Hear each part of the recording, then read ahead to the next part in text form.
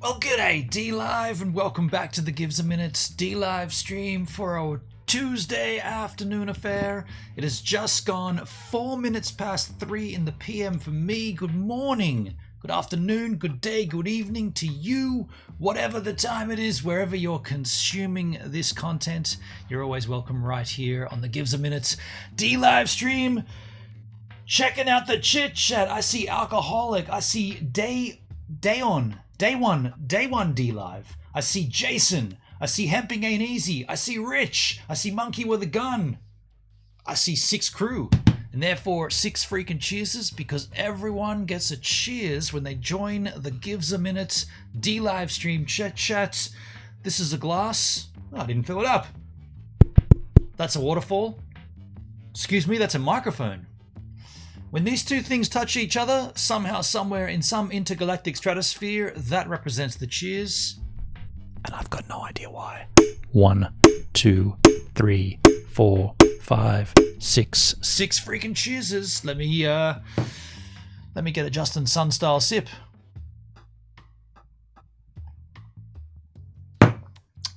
Replenishing. Alcoholic says, see you at 27k. Alcoholic, that didn't happen. We're talking about the Bitcoin price. He was claiming it's going to drop to 27k. It actually pumped. It's back at 42. It went from 38k to 42 virtually in one candle, or overnight anyway for me. Day one DLive, been here from the beginning. Hey, g'day Day One. Jason, I guess I conked out right after I tuned in last night. Slept until midnight, then went back to bed at 3:30 a.m. Slept until 7. Wow, that's a lot of midnight. Woke up 3 hours. That's a big gap for middle of the night sleeping. Midnight through to 3 a.m. and then you went back to sleep till 7. Crikey. Hope you feel okay today, Jason. If I did that, I'd be all messed up the next day. My whole head would be out of sorts. Wouldn't be fun. I just put my head down on the pillow and I was out like a light. That's a good feeling though.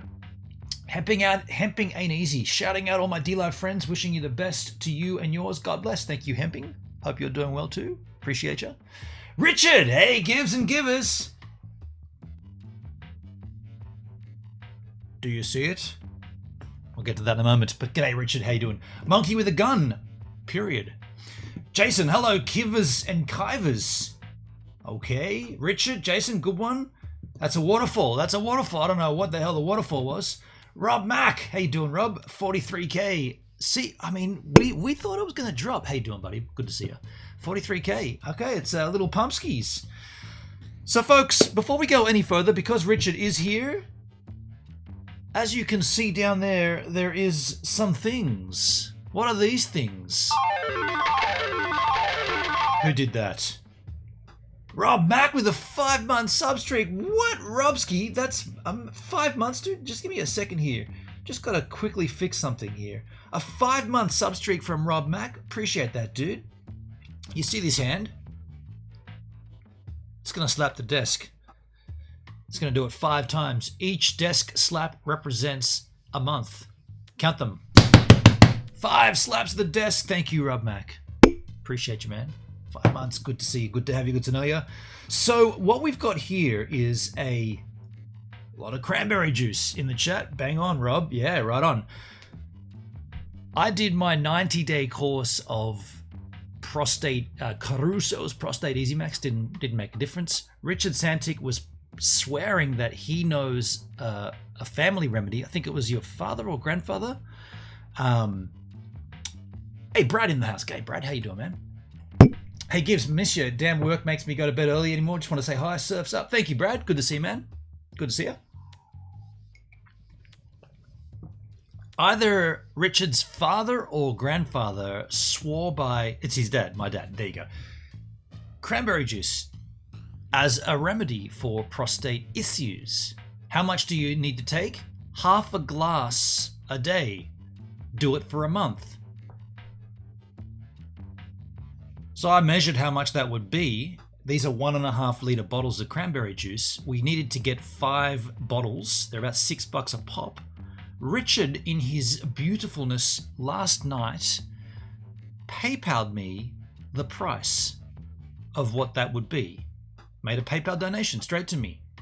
I went out today to buy 5 bottles of cranberry juice with that money. They only had 4 on the shelves. There was only 4 bottles left. So I took them all, and I hope we can get a month usage out of them. I've got a measuring cylinder here. Half a glass is the halfway mark. I measured it before. Right there, you got a quarter, a half, and 3/4. So we want to fill it to the halfway each time. Every day on the stream, to keep myself accountable, I will be having a half glass of cranberry juice. Now it is refrigerate once opened, so I will take this guy now and we will open it. I will have my half glass today and then I will refrigerate it and I'll bring it back out each stream. They're okay to stay there until they get opened, but once they've been cracked. So, cranberry it up. Crikey. Dude, that is not what I thought would happen when you open that. It didn't separated.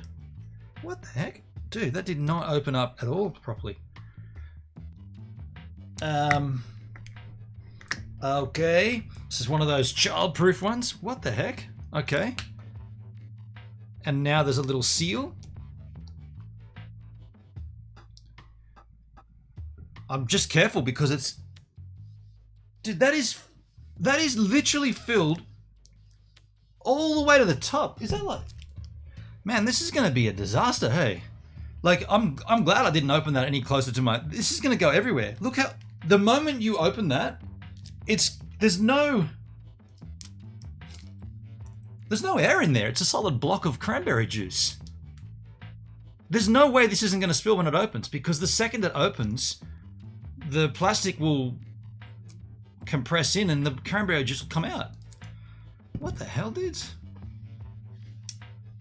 Worth a go. After 15 days, if you're not finding results, it does mix well with alcohol. It does goes well with vodka, doesn't it?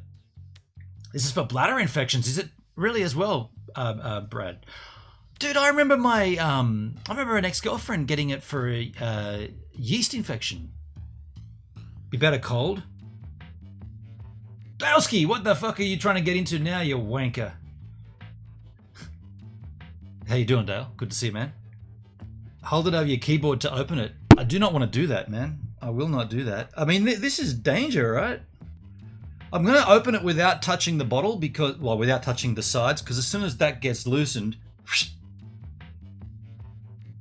you know what I'll do? Box cutter. Just to relieve some of the pressure. Did you see that? Did you hear it?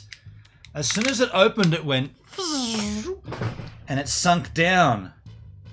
That's bizarre, man.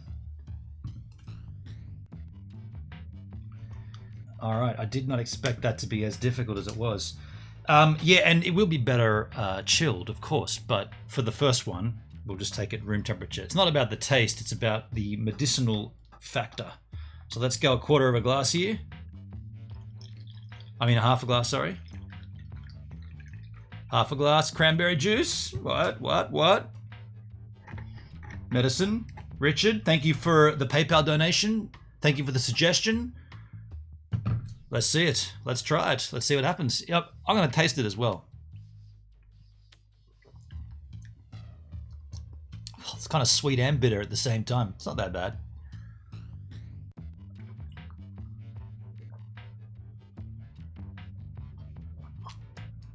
That's pretty cool. I can dig that. That's way better than the green tea.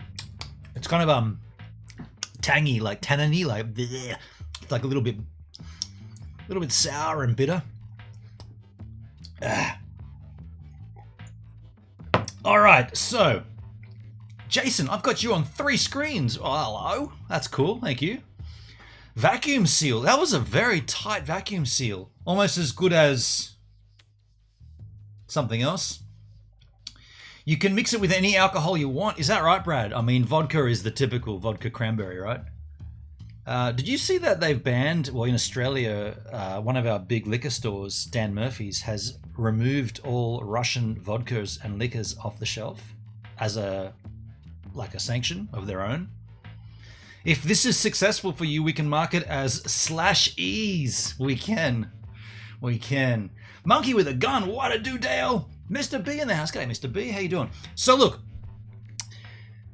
thank you, Richard. This is to keep me on schedule, to keep me to keep me accountable. That's why it's down there. We'll do this for a month and see how it goes. Half a cup every day on the stream. Keep me accountable. The Russian-Ukraine situation. I'm going to pitch this to you. Do we want to look into it or do we not? I've got tabs up the wazoo of things we could look at that are not... Well, actually, I've got one that is related to the Ukraine-Russian situation. And then I've got a whole stack of tabs that you yahoos have been putting in my Discord. A whole bunch of stuff to look at. Unless there's been a huge development in the Ukraine situation, I was kind of intrigued to see what the peace talks, what's the result of the peace talks. I guess a few things. Results of the peace talks. Is Kiev still held by the Ukraine president, or is he gone? Because as soon as he gets popped, which is the aim, right? Putin's gonna pop the president. Once that's happened, all hell breaks loose. Is the way I look at it. Is Kiev still standing? Is the Ukrainian president still in that city, holding his ground? What were the results of the peace talks? Those are the only three things that I would like to sort of work out on this stream.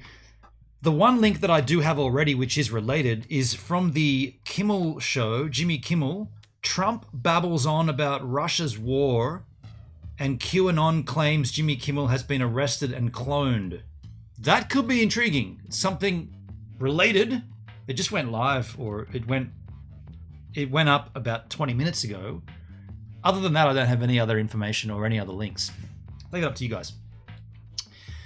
Putin, I like him. I'm Canadian. Brad, you're Canadian and you like Putin? Okay. I hear this about Russian vodka. Yeah, Davo, the Dan Murphys removed it all. They poured out Russian vodka into the sewer gates in Canada. Really? I mean, I don't know about wasting it. I understand about not selling it. Monkey with a gun. I'm going to fight Russians. Are you going to? Okay. Ukrainians will never submit to Russian dominations. Let's see it. Okay, so we'll take a look at that link. Metaluna, hello, Gives. The Kimmel clip. Okay, we'll go and we'll look at that.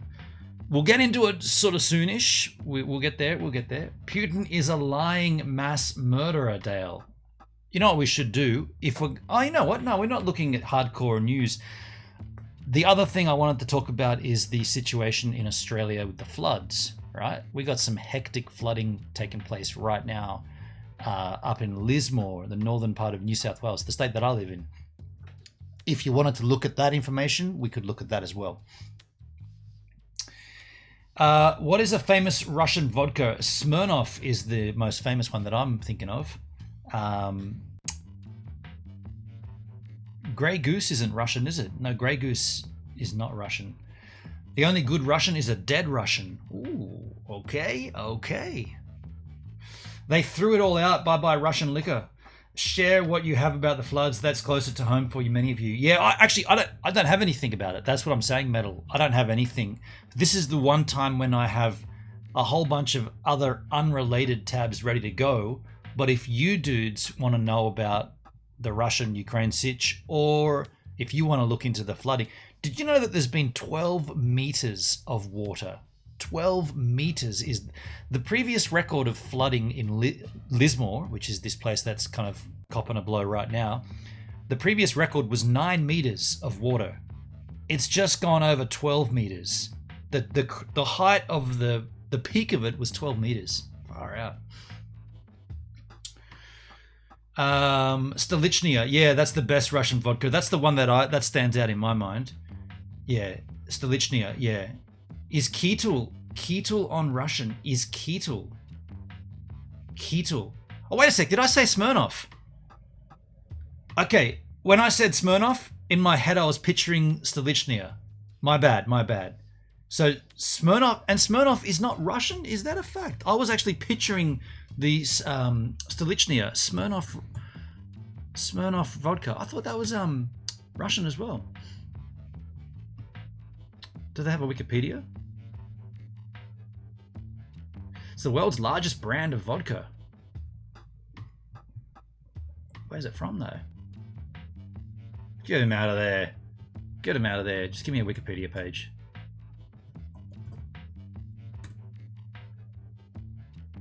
It's Canadian, is it really? It's British. Smirnoff. Russian. Oh, the word is Russian. Is a brand of vodka owned and produced by the British company Diageo. The Smirnoff brand began founded in Moscow.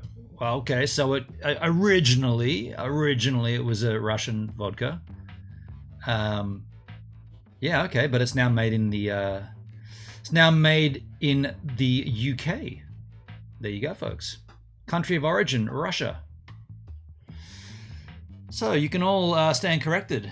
But when I said Smirnoff, I was actually picturing Stolichnia because that was that was a big vodka when I was like younger. That it was the Stolly's mate. It was like the passion pops at the, you know, it was the easy one to get and the easy one for the youngsters to drink.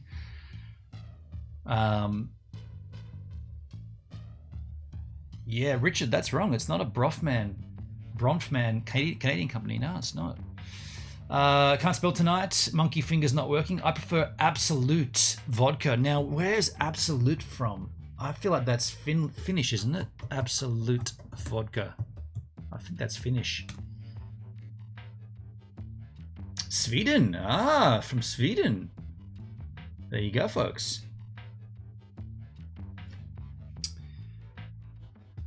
Sweden, yeah. So what other Russian liquor has been? Well, I mean, what other Russian liquor is there? We've now established that there's Stolichnia and Smirnoff, kind of, not really anymore. But what other ones have been pulled from the shelves? I like tequila, but Mr. B, tequila typically isn't Russian, right? Tequila is more Mexican. Yeah, Swedish. So what other Russian liquor is there? Let me just do a little searchy search for that. Russian liquor.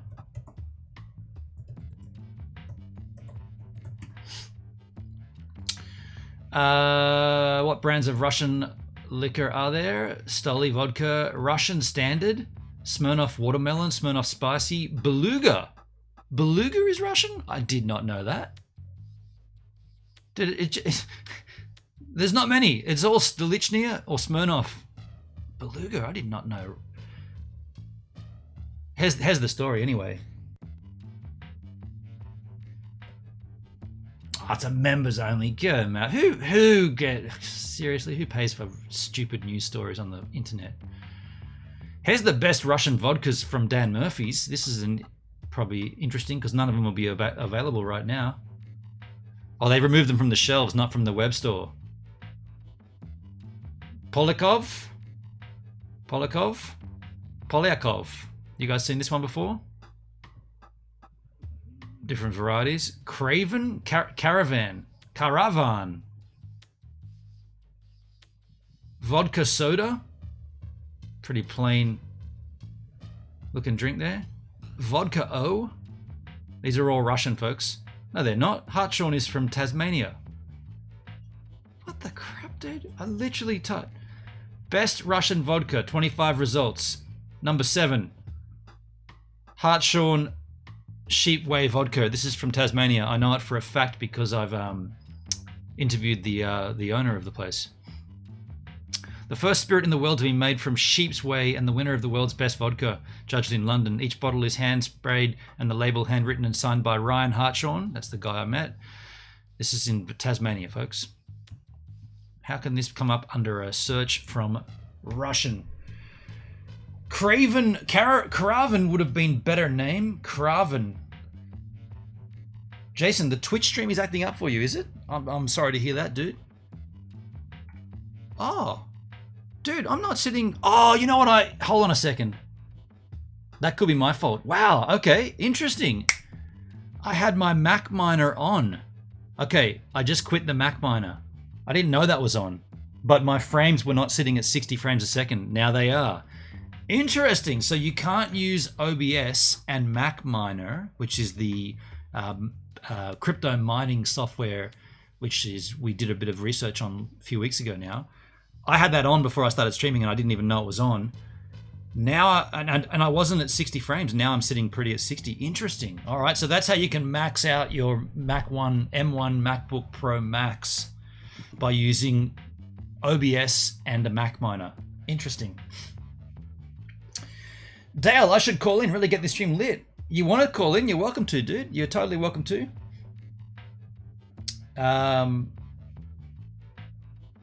Yeah, I'm sorry about that, dude. It should be fixed now. We seem completely fine. I didn't even know it was on, but there you go. I mean, that's funny. The fans aren't on. That's weird. Metaluna, are you able to see the Twitch chat? No, I'm not. Not unless someone calls in and we switch to the call in. If I'm just looking at one chat here, which is the DLive chat. So I see that. I didn't see Twitch chat at this particular stage. But if you are watching this stream and you're not watching on DLive, perhaps you're on Twitch, perhaps you're on YouTube, come on down here. You know it. DLive.tv/GivesMinute. The other thing too, today is the 1st of March in this country. You might still be on the end of February, but it's the first day of our, we call it autumn. You might know it as fall. This starts today.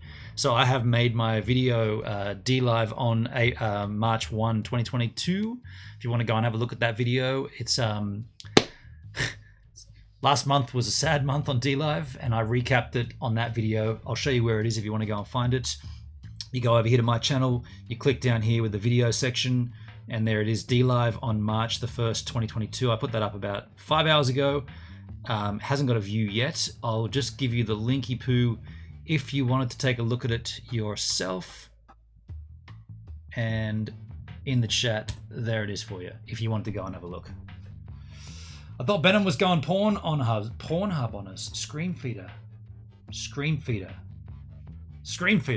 Brisbane band. You know Screamfeeder from the Cap game. Come on. Daleski. Come on, man.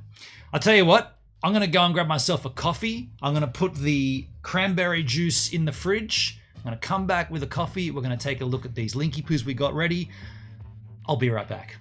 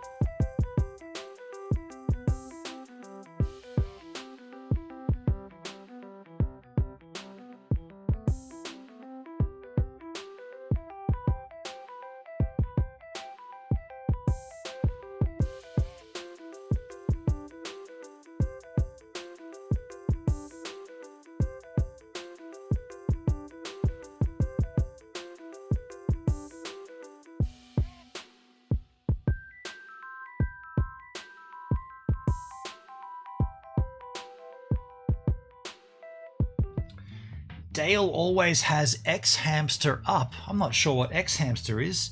This is a hot coffee. I know that for a fact.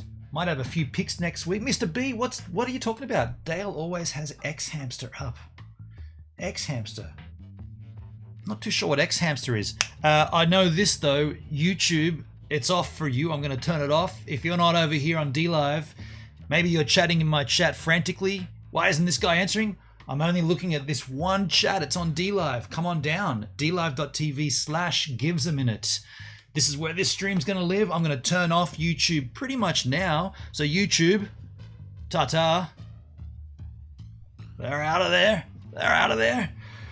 Let's go ahead and have a look at this. Jimmy Kimmel, Trump babbles on about Russian war on Ukraine, and QAnon claims Jimmy Kimmel has been arrested and cloned. Jimmy, I am the host of the show. Thanks for watching and thanks for coming. I'll try to make this quick. I know you're very busy. The big story, as you all know, is the war on Ukraine. Not a woe, really, but I appreciate the enthusiasm. Where the Russians are bombing civilians while saying they aren't. The Ukrainians are not giving up. They're showing great courage in the shadow of the murder of Vladimir Putin, a man whose list of admirers is now down to Tucker Carlson and Donald Trump. Red Ox Bear, how you doing, man? Did I say 5-kilometer Russian convoy? I meant 50-kilometer Russian convoy. 50-kilometer? Yesterday it was a 5-kilometer Russian convoy outside Kiev. But hello. And we're, by the way, 43K for Bitcoin, not 28K. Even famously neutral Switzerland is taking action against Russia. Switzerland, the people who never take a side, are taking a side on this. They've frozen Russian assets and closed Swiss airspace. So this is good and helpful. And now not only is Putin in hot water, he's in hot chocolate too. Kimmel has veered far left. I mean, is it better for him to be far right or far left or in the center? What's your take? Jimmy Kimmel is such a propaganda douche. The Swiss president said Russia's attack cannot be accepted regarding international law. This cannot be accepted politically. This cannot be accepted morally. And these are the people who gave Hitler a safe deposit box. So he announced the sanctions this afternoon. The Swiss people will not condone this unacceptable act of aggression. Ricola. Right. So to recap, Russia now has lost the Taliban and Putin warned if the Nordic countries enter NATO, they'd face tremendous military consequences. And you, Monkey, you think he'd be better off in the center? As a comedian, he probably needs to pick a side, though, doesn't he? Right? As a comedian, you probably have to pick a side. Wouldn't that be fair to say a comedian needs to either choose right or left? Mind you, if he went down the dead center, he'd be able to like nail all the audiences. And the Swiss, the most and least violent people in the world, are united against Russia right now. Even Putin's personal bank accounts have been frozen. The ruble plummeted today. Russian citizens are panicking. There are long lines at banks in Moscow, people trying to get as much cash as possible. FIFA suspended Russia from the World Cup, and the IOC is recommending that Russian athletes get banned from the Olympics. Now they want to ban them from the Olympics. One of the few bright spots in all of this, though, has been the example set by this man.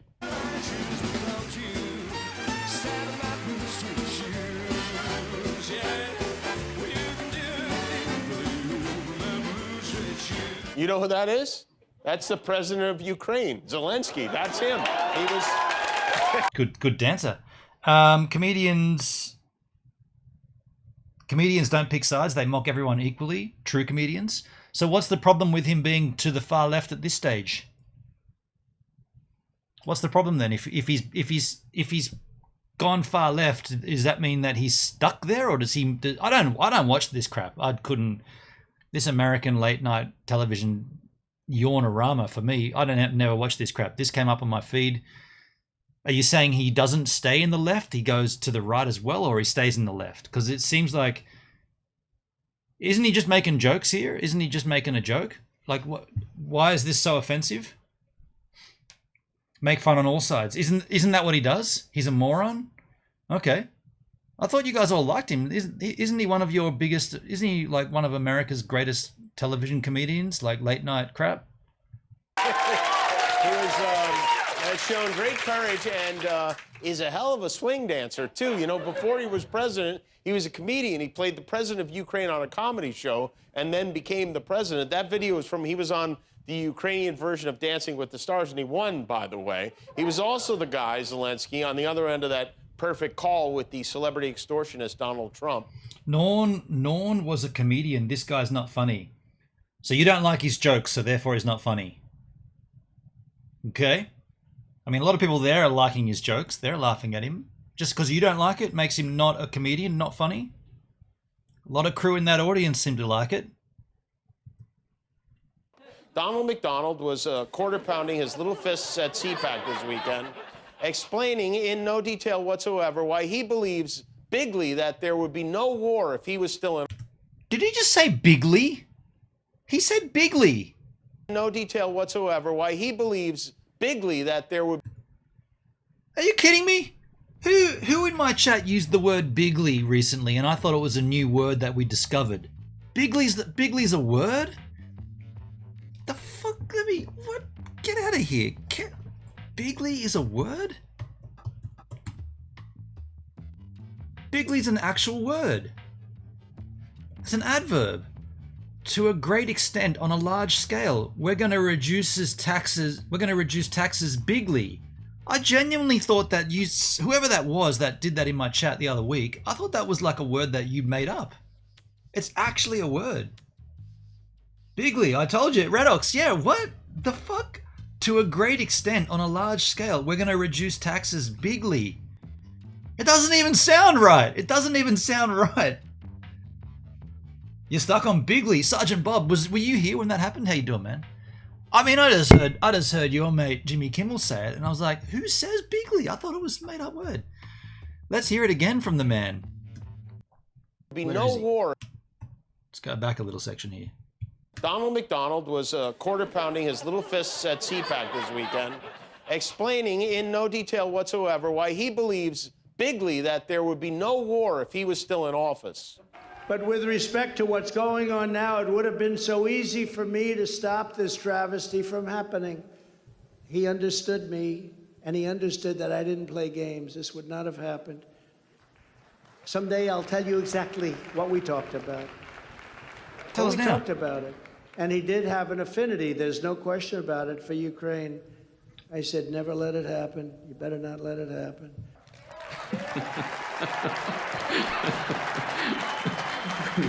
Bigly.tv. I don't think I'll click that link, Jason. Just might not touch that one, dude. Yeah, I'm sure the conversation went just exactly like that. Someday he'll tell us. What does he think this is? How I Met Your Dictator? This is... The idea that Putin understood he doesn't play games. All Donald Trump does is play games. He hosted a game show. He is a game, by the way. Look at that. He sold Trump the game. Trump also said NATO. Dale, good thing I'm not going to call in. I'd be off the rails right now. Understood. Are you drinking, Dale? Have you got that Pop Van Winkle? NATO wouldn't exist if it wasn't for him. Which, what is it with this guy? Without you, there'd be no NATO. NATO's been around 73 years. Did you also invent rap? Without me, there would be no African Bombada.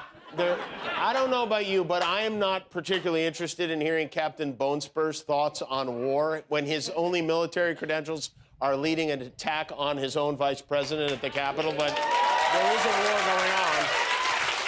You'd think we'd all be on the same page. Be an American for 1 minute and shut up. Even the clown from It took a few years off between terrorizing children.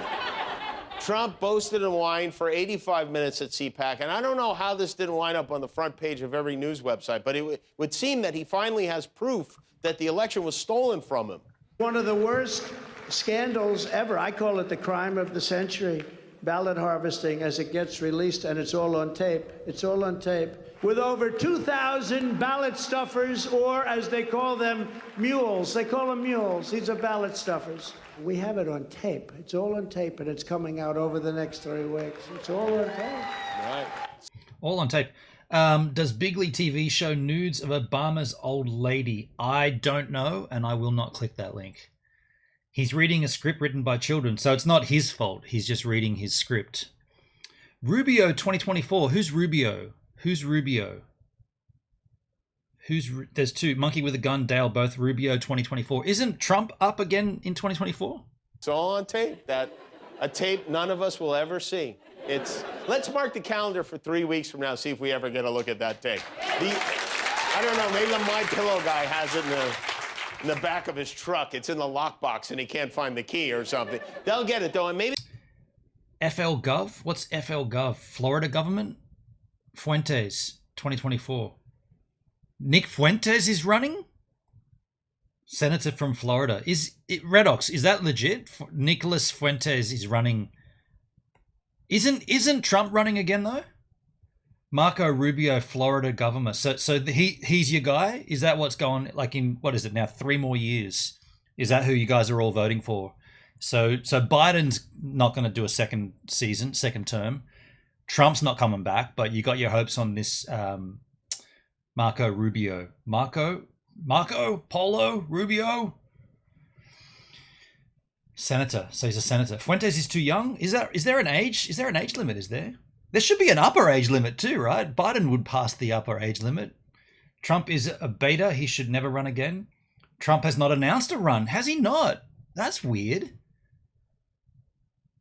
Trump, I thought given his the way he went out, I thought he'd be definitely running again. He'd be like, well, fuck, man, they stole it from me, so let's prove it to them. Ron DeSantis is the Florida governor. So you guys got the wrong name. Not Marco Rubio is not the Florida governor. Rob Max says Ron DeSantis is. You have to be 45 years old to be the president. Is that right? the most infuriating talking point of all is this insane lie he continues to peddle that no one was harder on Putin than him. No one was harder for Putin than him. Let's put it that way. But this is a tough one. So Rob Max says Rubio is the senator. DeSantis says Dale would be a good president as well. You forgot? DLiveTeam. Please do not stream copyrighted content on DLive and ensure that your stream is in the correct DLive category. That's a new one.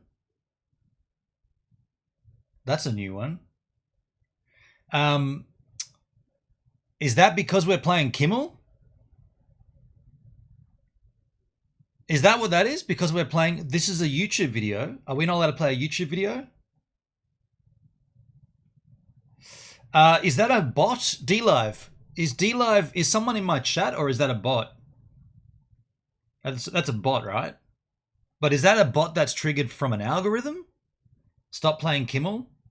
I mean, I'm happy to stop it. You guys hate it anyway. I don't even know why we're watching it. But if that's the first time that's ever happened. Sergeant Bob, there is no deadline to announce you're running for president of the USA. Got to announce by a certain date to get on ballots.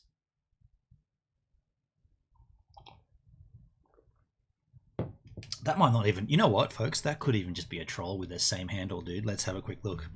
That could just be a troll. Where's my... Let's go back over here. Where's my... Oh, this... Okay, hold on a sec. Let's just check this out. That could just be a troll. Has not written anything. No, it's actually from DLiveTeam. It's got the staff badge. Yeah, true. So what's that? So what? Hang on, it's legit. But what's the crime here? I'm not allowed to play Jimmy Kimmel. Of all the YouTube videos that I'm not allowed to play, Jimmy Kimmel is off limits. Is that what I'm hearing? This is a new DLive. What's the please do not stream copyrighted content on DLive and ensure that your stream is in the correct DLive category. I'm in chatting, aren't I? I'm in the chatting category. Unless that's changed. Let me just check. I'm in the chatting category, aren't I? Yeah, chatting. What category should that be in? I've seen that many times. Have you seen that? This is the first time, dude, in nearly 4 years. This is the first time I've ever seen that. Probably Kimmel. M-tag for a comedian? That should have been M-tagged? Why should a comedian from late night television be M-tagged? I mean, I'll do it. Please M-tag. All right, I'll M-tag, but seriously? I mean, that's pretty... Is that what the category... It should have said, please tag your stream appropriately. My category is in chatting, which is completely fine, but you're saying mature audience zone? Could be deemed news category. Doug, how you doing, man? This is what? When do you ever see Jimmy Kimmel on the news? He's a comedian. It's a late night comedian sketch. It's a sketch show. But anyway, it's the new. Well, it's not the new DLive. That's new to me. That's the first time I've ever seen that in my stream ever. And I don't mind, by the way, if we don't watch it. I couldn't care at all. I think it's pretty nonsensical, but don't know. Just be better safe than sorry. Yeah, but then again, there's no one here anyway. So who? By the way, that means that's a staff member that did that, right? There's only 2 of them left. So who could that be? There's no guardians that are doing this. This is a staff member. That's not a bot. Far out, man. I mean, I'm the one that's always said we need more communication. We need more communication. We need more communication. That's not what I meant, though. A random message without any follow-up in the chat. I'd rather have, hey, man, just check this out for a second. Trump is running in 2024? No, he's not. You guys said he's not running.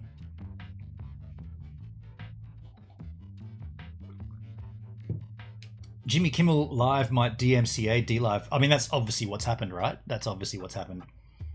Did Tidy get the axe? So it's not...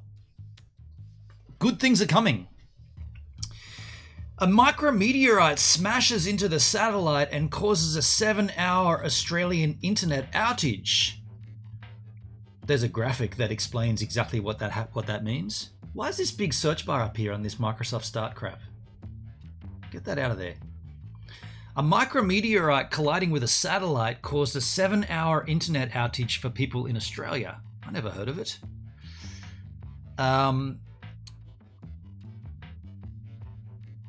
Jason says Trump is running in 2024. So you Americans, you're a little behind. Jason's convinced that Trump is running in 2024. A Senate hearing was told that approximately 46,500 NBN Co customers were left without internet on the 21st of December. It cannot be 100% characterized as this, but all the evidence points to a micrometeorite. What's that, a real small meteor? Impacted the satellite. Okay. It effectively makes the satellite's body rotate while it remains in its orbit. Now, this is only going to affect Sky Muster customers, right? Like, why would anybody on the land NBN need a satellite connection? So the satellite is no longer pointing at the appropriate spot on Earth, and the payload, the transmission system on that satellite, is effectively switched off. The satellite was able to recover itself, but testing to restart the service took 7 hours. Couldn't find the on switch. Nearly 600 customers went 2 weeks without an internet connection following the crash. 2 weeks? Yeah, this has got to be rural, right? It's got to be like Sky Muster customers only. It's probably space junk that hit it. Possibly, yeah, micrometeorite. I guess that covers all space junk. Red Ox Bear, why isn't it that random space debris or a satellite ever hits the ISS? Probably does. They're always repairing that thing. There's always works going on up there. Internet boxes in customers' homes were missing parameters in the configuration file, so they could not reconnect to the network. There was a course of action 3 times a day and updates, but it took quite a long time to delve into what was wrong. So basically, they needed a firmware upgrade. He added that this was the first time such an event had happened, and that this kind of outage deserves the classification of being unprecedented. So basically, the thing was turned off and they couldn't turn it back on remotely.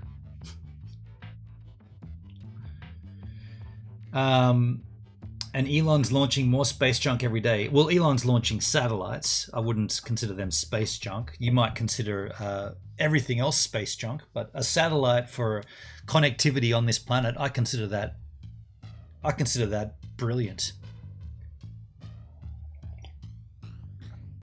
Mind you, this paragraph is for you, Sergeant Bob.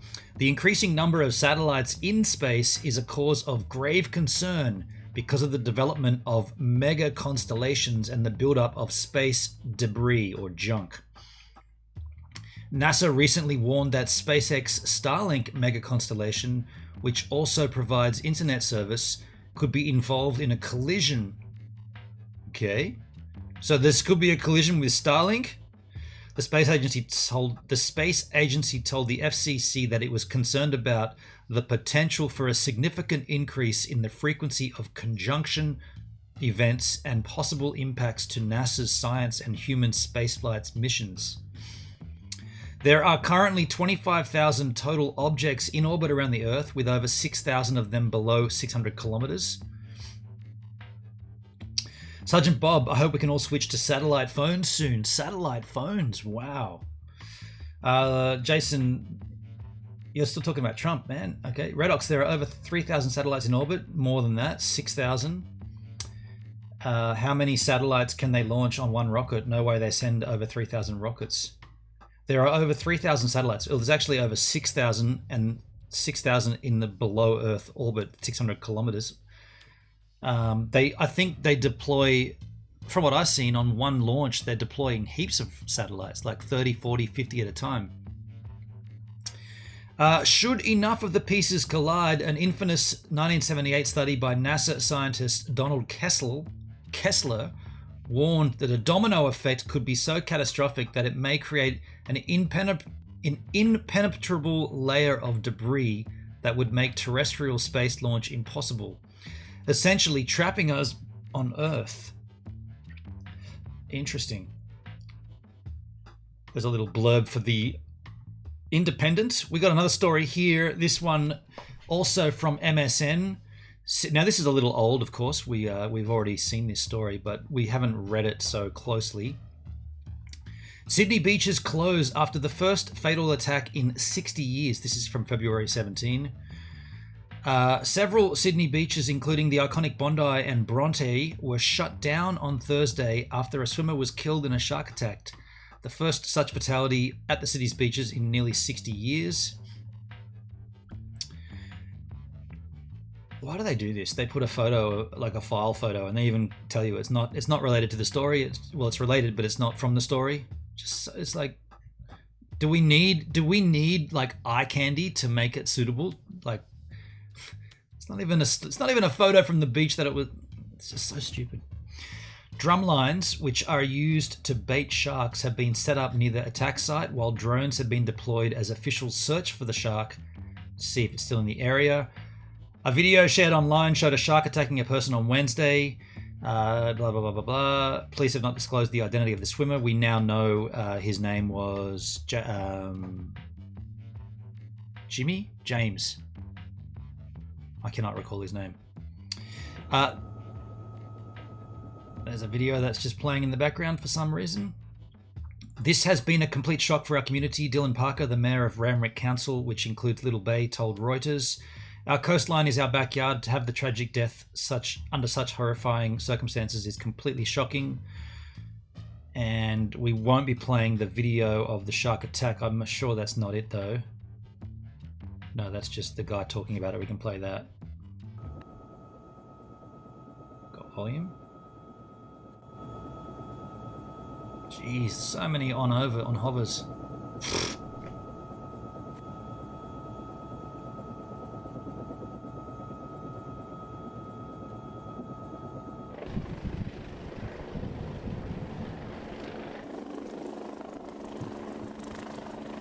So these are just images that they compiled into a little video.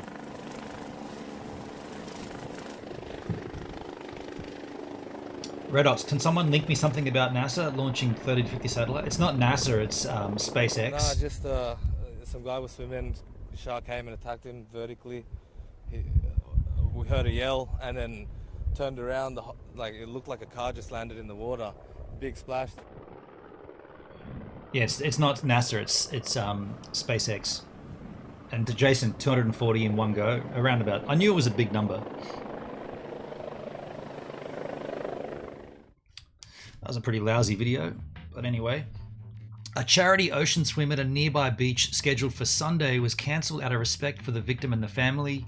Organisers of the Murray Rose Malabar Magic Ocean Swim had considered postponing the swim till March, but said they decided to cancel it after consulting with the local council and lifesavers. A spokesperson for the New South Wales Department of Primary Industries said the shark biologists believe that a white shark at least 3 meters, 9.8 feet, was likely responsible for the attack. It's the first fatal shark attack in Sydney since 1963. Authorities have ordered people to remain out of the water on a hot summer day as temperatures hovered around 30 degrees Celsius, 86 Fahrenheit.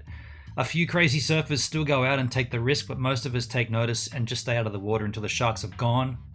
It's a lot more dangerous driving, to be quite honest. It's a local Karen there, folks. Yeah, so we did touch on that on my YouTube stream, and what we touched on was the idea that because these videos are out there, there's two particular videos of the incident. There's one that shows most of the attack, and then there's a secondary video which shows a torso, just a head and torso floating in the water, blood everywhere, and then the shark coming back and finishing the job. And the idea of that stream that I did was to talk about whether we should have even, like, I watched it, but should we watch that content? And I'm not saying should we watch it on stream, but should we as a species, should we as people even watch this footage for educational purposes, to further equip ourselves with knowledge about what would possibly happen in a shark attack? It's one of the first times that there's been such graphic recording of how this thing plays out. And so I talked about that, and what I'm going to do here, I'm going to find that for you and link it to you so that you can watch the stream at your own leisure. I guess if I just go, should we watch the shark video, should come up. Okay, I thought it might come up there. It's not.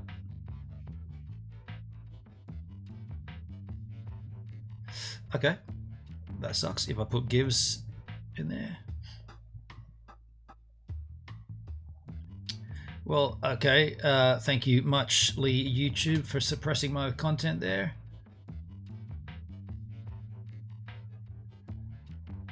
Seriously? That's almost the title of the video. Should we even watch the shark attack video? Gives a... Man, I get so suppressed on YouTube. This is me not signed in as well. Like, I'm just looking at this like any other person. Look at that, Jaws. Should we even watch? What's the title? The shark... I get it with the word attack. There we go. Dude, that I get so suppressed on YouTube. Here's the here is the I'll skip it to the beginning of the stream for you, and I'll give you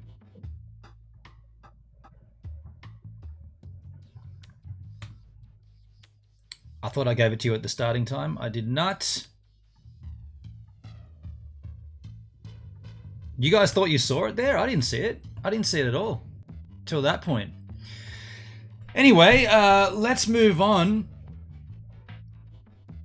Would a shark slaughtering a swimmer be on YouTube? Well, it is. It's all over it. Here's a related story. A woman escapes a shark attack by punching it on the nose.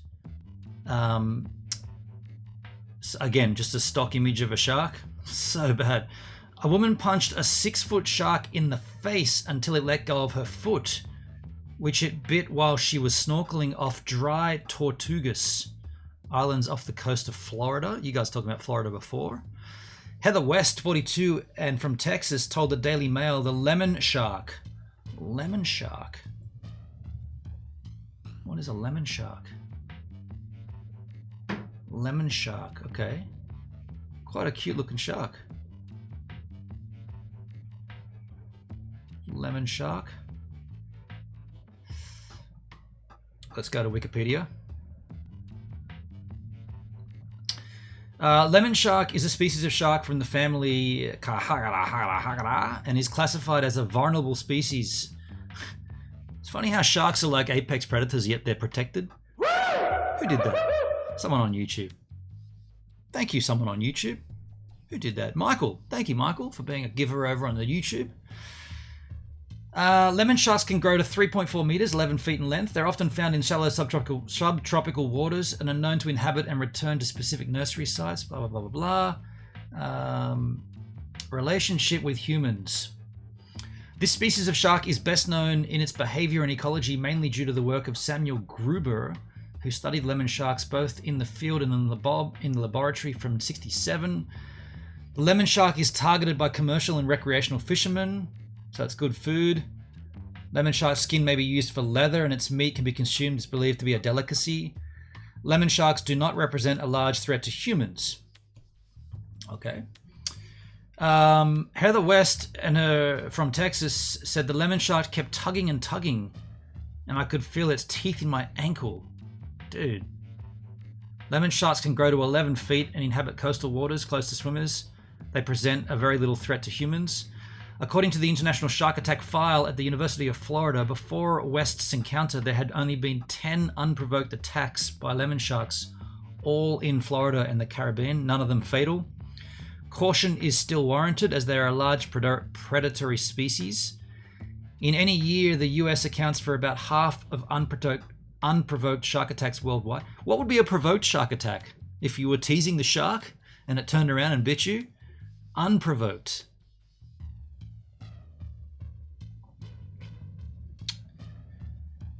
In the chat, I dropped this link after the Great White Aussie attack happened the day after. Is that right, Dale? Okay, thank you. A lemon train is better. Thank you, Rob Mac. Been to the Tortugas, about 100 miles straight west of Key West on a fishing trip. Okay, Sergeant Bob. Mississippi, you can fish for sharks. I hate Shark Week. Your boys with me. Shark Week. Not against it. Don't really partake in it. Don't really watch too much of it, but though. Bull, blacktip, and hammerhead sharks in Florida waters. There we go. The vast majority are non-fatal. Most bites are exploratory. Sharks eat seals, turtles, and fish. Sustained attacks on humans resulting in fatalities, as in Sydney this week, are likely to be the cases of mistaken identity. Anyway, in a recent book, Empress of the Deep, Sharks, the Ocean's Most Mysterious, Most Misunderstood, and Most Important Guardians. You seriously titled a book like that? This is the title of that book.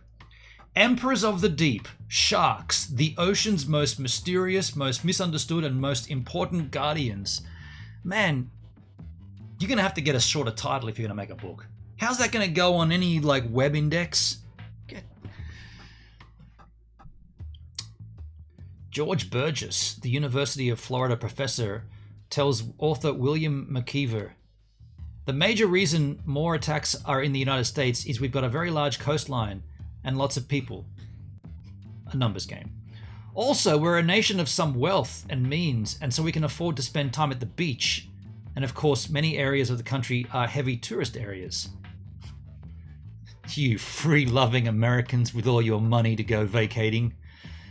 West lives in a van traveling the US, updating an Instagram account. She told the Mail she was heading back to shore when the lemon shark bit her. I was wearing flippers and my kick wasn't doing much damage, she said, so I decided to lean forward and start punching it. I punched it in the face over and over, story continues, as hard as I possibly could, and after about 30 seconds, it finally let go. You realize you're punching a protected species at that point, right? You want to be careful with that, love. Benon, Shark Week refers to ladies' periods. Oh, does it? Okay. I didn't know that. I did not know that. For the next 2 minutes, I was in complete shock and I couldn't swim, but by this point, my friends had ran back to the water to help me. The dry Tortugas are home to the 19th century fort where Samuel Mudd... Okay, blah, bling, blang, blang. When I got to the shore, I started screaming, I won, because I realized I still had my foot. In the water, I was convinced he'd bitten it off, so seeing it still there, even though it was completely mangled, was a huge relief.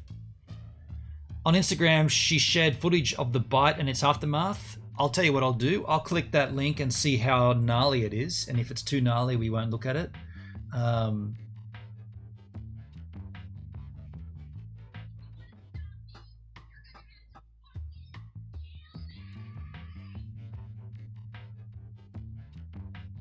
I don't know if you could hear that, but that was a video she posted. But okay, so this is completely fine to see. So that's her mangled foot. So she did cop some lacerations there. Not too bad. Not too bad at all.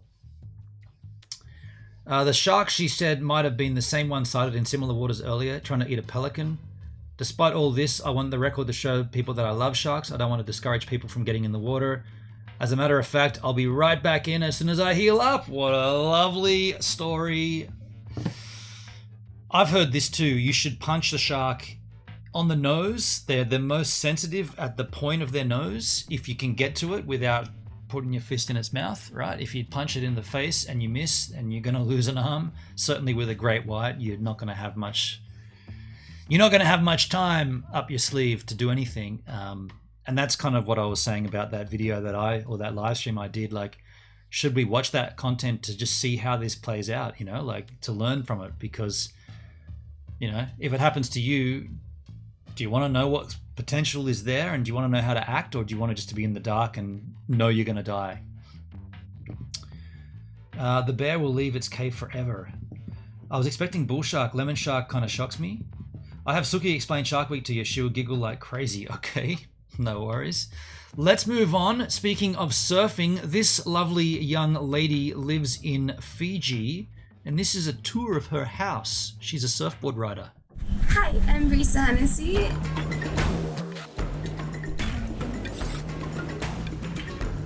Welcome to the manager's house in Emoto Island Resort. This is where I live part-time with my family. I've currently been quarantined with all these amazing people. No mask mandate there. I think Emoto is one of the most special places on the planet. It's a miracle and a mystery, really, of how diverse and how many different waves there are in just this small area. It's pretty endless. I'm so lucky to call this place part-time home. Come on in. The first room when you walk in is the fishing room. Kitchen dinner spotted groupers are the best. That's not the fish I ordered. Here on Emoto, fishing is super important, and my dad, an incredible fisherman, practiced sustainable fishing, and so we never have to buy fish, which is pretty cool. Imagine just getting seafood every day like that off the front. Incredible. That surf carving would break my back. Carving like that? Yeah, okay. We live upstairs. Hey, Oh, Dad, how's the cyclone looking? that's us getting smashed right there tomorrow. It's still a category 5. Every single time, I swear, we've been in Fiji, there is a cyclone. No matter where we are, it seems like we get it. But anyways, this island's gone through thousands of storms and we're still here, so we'll stay positive. So this is the most important space, the coffee area. As you can tell, we have a lot of options just in case one fails us. This one over here is really dear to my heart. It makes the best coffee at Mejor Café. It just reminds me and brings me back to when I was little in Costa Rica. And then over here Drinking coffee? is Did she say she drank coffee as a kid in Costa Rica? an espresso machine I got for Christmas. It's one of the only belongings I have here on Emoto Island. But Yeah, coffee. What's with that, hey? Every YouTuber has to talk about their coffee intake. It's ridiculous. priorities, right? Coffee. Oh yeah, family. Surfing. Don't forget to like, share, and subscribe. And this is my room. When I'm on Emoto, this is where I stay, and I try to make it feel like home. It has a couple of good views. I can check out Longest Bar and the boat shed and see who's sneaking out for a surf so I can go join them. This is where I do my studying. I've been currently studying holistic nutrition. It's been something I've been wanting to pursue for a long time, and with this break and not traveling, I've been able to do it. Here's a funny tip. Did you know that humans and guinea pigs are the only animals that don't make their vitamin C? A French press makes a perfect cup every time. Interesting. So go eat some vitamin C. I've been trying to play the ukulele, which has been a very humbling experience. I don't know if I should give it a go right now, but... Charles, what's up, Gibbs? How you doing, man? Anyways, Hello. not musically talented. This window is facing swimming pools. which I'm so lucky because that's my favorite wave and I can check it every morning. So this is my clothes area. I think I practically like lift these things. I don't know if most of you know, but I was born and I was raised in Costa Rica for 9 years. Lenny! Hello, Lenny. How you doing? Haven't seen you for a while. Hello, skis. Good to see you. Good to have you. Good to know you. Place where I found my love for surfing, and it's kind of one of my homes. So we kind of live in an inside-out type of living area. This is kind of like my workout space, so people won't judge me while I work out and get really sweaty. It's actually a really special board. And this is one of the boards I rode at Karamas during the CT event there, and it was when I was surfing for my auntie Sudi who was battling cancer. And I think just this board has brought me a lot of good energy and love, and yeah, it's really dear to my heart. How does she live in Fiji? Like, what's the passport requirement for a Costa Rican to go and buy? I'm assuming she bought this island. Is that a fact? She bought it and she lives there half the year, and the rest of the year it's rented out or something? So this is where I keep my boards, which is right next to Wonga Bar. I normally come down here every morning and I walk out this way, check the waves at Les and Wilkes, and if I'm not liking what I'm seeing, I go to this side and I have a perfect view of swimming pools and restaurants, tabby rights, and then crop break, and then I make my decisions. I've been super fortunate to be working with Town & Country in Makani and Glen Ping for over 8 years now. Recently, I've been riding the CMG 5.7, and it's just an all-around super fun shortboard. These are my 2 guns that I normally ride at Cloud Break. This is a 5.9. And it's an always exciting morning when I... Not sure she's Costa Rican. She said she grew up there. Oh, but then you just assume that she was born there. I mean, she didn't say she was born elsewhere. She said my childhood in Costa Rica. One would... Man, Sergeant Bob, you're so... Yeah, you don't take anything at face value, do you? Like, she showed photos of her as a youngster surfing, and she said, when I was a child in Costa Rica, and then... You assume she was born somewhere else? My mind naturally goes, oh, she's born in Costa Rica. But, I mean, you could be right. You could be right. And it might be good to be that way. I guess I'm just a little bit more take it at face value. She said she grew up in Costa Rica. I'm just going to assume she was born there. She's definitely not Costa Rican. Okay. Let's have a look. Bria Hennessy, I think her name. Bria Hennessy.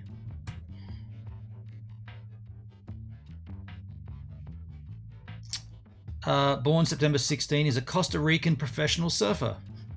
Born in Cabo... Oh, you can't see this because my hideous head's in the way. Born in Cabo Matapala, Costa Rica.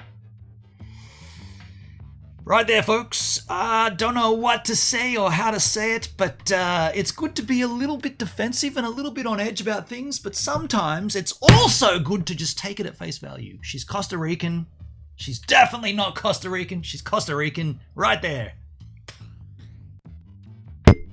I mean, I don't know, like in this day and age, it is good to be a little bit more perceptive in life and to not take things as they're handed to you and like question things and be a bit wary. But sometimes as well, it's also good to just to be like, okay, let it go. How you doing, Guy in Buffalo? Good to see you. First thing you said in the chat, you were wrong. Good to see you, man. But it's all good. Doesn't make any difference to the story. I come down to the boat shed and the report is cloud break is on. Whoa. She's not Costa Rican? My grandma is from there? She's a foreigner whose parents gave birth to her? Fuck's sake. She's born in Costa Rica. She's Costa Rican. Where else is she from? If you're born somewhere, you are of that place. There's nowhere else you can be of. Your heritage and your genetics might lie elsewhere, but if you're born somewhere, you are of that area. In this place, Costa Rica. She literally doesn't have a permanent residence in that country. That's what we're seeing. That's exactly what I said. She spends half of her life or half of her year living in Fiji. And the question I said was, how does a Costa Rican, what kind of a visa or what kind of a permit do they need to have to, I'm assuming, buy a place in Fiji and surf half the year? And then do they rent that place out? That's what I'm trying to work out. She's not a citizen. She's not even a permanent resident. Dude, She's born in Costa Rica. She's born in Costa Rica. That's what I'm saying. Born in Costa Rica. She's Costa Rican. I don't know how different or how, like, fuck's sake. What? Like, what are we arguing about? Her birthplace. We just looked at it, dude. We just looked at it. Her birthplace. Now I get rid of my hideous head again. In September, on the 16th of September in 1999, in a place called Cabo Matapola, is the outermost point of the Osa Peninsula in the southern Pacific coast area of Costa Rica. It's where she's born. I don't know what else you need. I don't know what else you want, but that's where she was born. She's Costa Rican. I don't know how else I got to put it. I don't understand why I've got to put it any other way. She was born in Cabo Matapalo, Costa Rican. Wow! That's what I'm thinking. Wow! Richard, thank you. Oh my goodness. A ninja guinea out of chair. Cheers. What? Yo, Richard. What? Thank you for the ninja freaking guinea. What? Richard, thank you for doing that, dude. Gets me out of my seat. That's also, yeah, got me out of my chair. I needed to get out of there because I cannot believe I mean, we've seen a lot on my streams over the years. A lot of different things. I can't believe this is one of them. You know what? I'm just going to move on from it because it's that ridiculous. I'm just going to leave it, and we'll leave it at that. And we'll just continue watching this Costa Rican's video. Jeez. I'm like, I think I'm gonna ride you today. This is one of my favorite longboards, and I've been riding it at last with Mom. Mom and I try to do this paddle every morning. It's part of the routine. We always try to do a family surf as well. Mom's been teaching me her cross technique.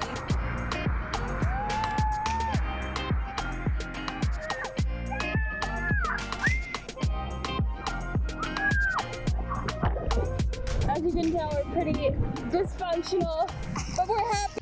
Sergeant Bob, if you and your wife get knocked up in Australia and have a kid on vacation in Africa, what nationality is it? African, born in Africa. It's where you're born, dude. Not my rules. That's where you're born. Wherever your birthplace. Your birthplace. And we love each other. Unless you identify as coming from somewhere else or as a space alien, then you can claim I'm identifying as an Aboriginal or as an African or as an Australian. But typically, from all I can understand, where you're born is your nationality. I know the world's a funky place, but that's the way it's been for a long, long time. You can give up your nationality. You can change your citizenship by your own deed poll or whatever it is when you turn 18 or 21. You can choose to give up. But where you're born, aka your birthplace, defines where you're from. If you're born in Africa, despite where your parents come from, you're African. If you're born in Australia, despite where your parents come from, in my case, England and Germany, I'm Australian. My heritage and history is English and German. I'm Australian. It's fucking so simple, right? Like, I can't believe we're discussing this. Anyway, back to my question. How does a Costa Rican spend half their year living in Fiji? What's the relationship there? The reason I asked it, because I'm kind of thinking maybe she rents this out as a surf location for the other half of the year, and maybe I could go there and spend some time surfing. That's where I was actually going with this. Instead, we're stuck on her birthplace not becoming her nationality. Like it's not what I wanted to get from the initial conversation. I wanted to find out if maybe I could go and spend a month living there and surfing. That's what I was thinking. Bizarre. I gotta tell you, live streaming, I don't recommend it to everybody, but it can be very trying. We haven't had a home, a permanent home, for I think around over a year now. Oh, what did she just say? She said we haven't had a permanent home. We love each other. We haven't had a home, a permanent home, for I think around over a year now. Almost 2 years. But I think we realized that if we have our family and we have the ocean, is home. then that's completely home. So this is where we store the foils, and it's Dad's addiction and obsession, and it's kind of frustrating because he doesn't even surf with me anymore. A lot of pro surfers travel for the awesome surf. Yeah, they do. They move around according to where the swells come in, and it depends on what time of the year it is. She said she only lives there half the year. I'm assuming she's picked that's weird. I'm assuming she's picked the best time of the year when the swells are on. But what we're really here for is the jet ski, which is pretty much our car. I've been banned from driving it for a little bit because I went over to Malolo and I didn't tie the right knot and it almost floated away. Oh, so I'm crikey. still kind of in trouble for that. But once I learn how to tie knots, I'm going to be driving this to Cloudbreak and everywhere. She's hot. It's pretty warm in Fiji. The best seats in the house. I've been there. Good for napping, reading a book. This is where the crazy volleyball games have been going down, and I think it just brings us all together and just brings some positive energy, which is really good at this time. This is the pool area and the jacuzzi, and believe it or not, the jacuzzi is nice sometimes. It does get cold. So this is the game room, the pool table, ping pong table. I think my favorite part of the game room is the crab race, which I've never won a crab race before. Don't fail me this time. Okay, he looks fast.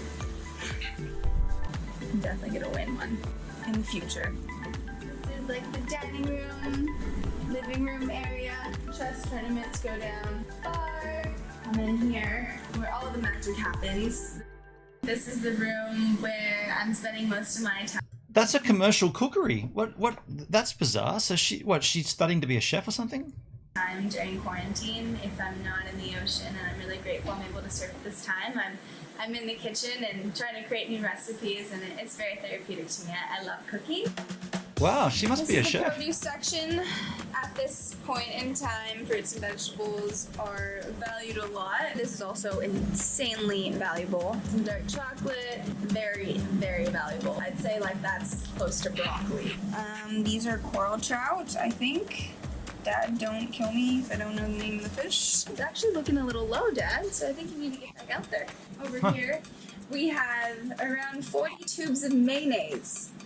I've not been using that. Not been using that. A whole bunch of other random things, but I think it's almost like a chopped kind of mystery basket. Yeah, that Sergeant Bob, decently a big restaurant or a commercial kitchen. See, that kind of, I'm thinking maybe there is like guest accommodation there. If they've got a commercial cookery and that amount of like cold larder going already, it's not just for her family, right? I think.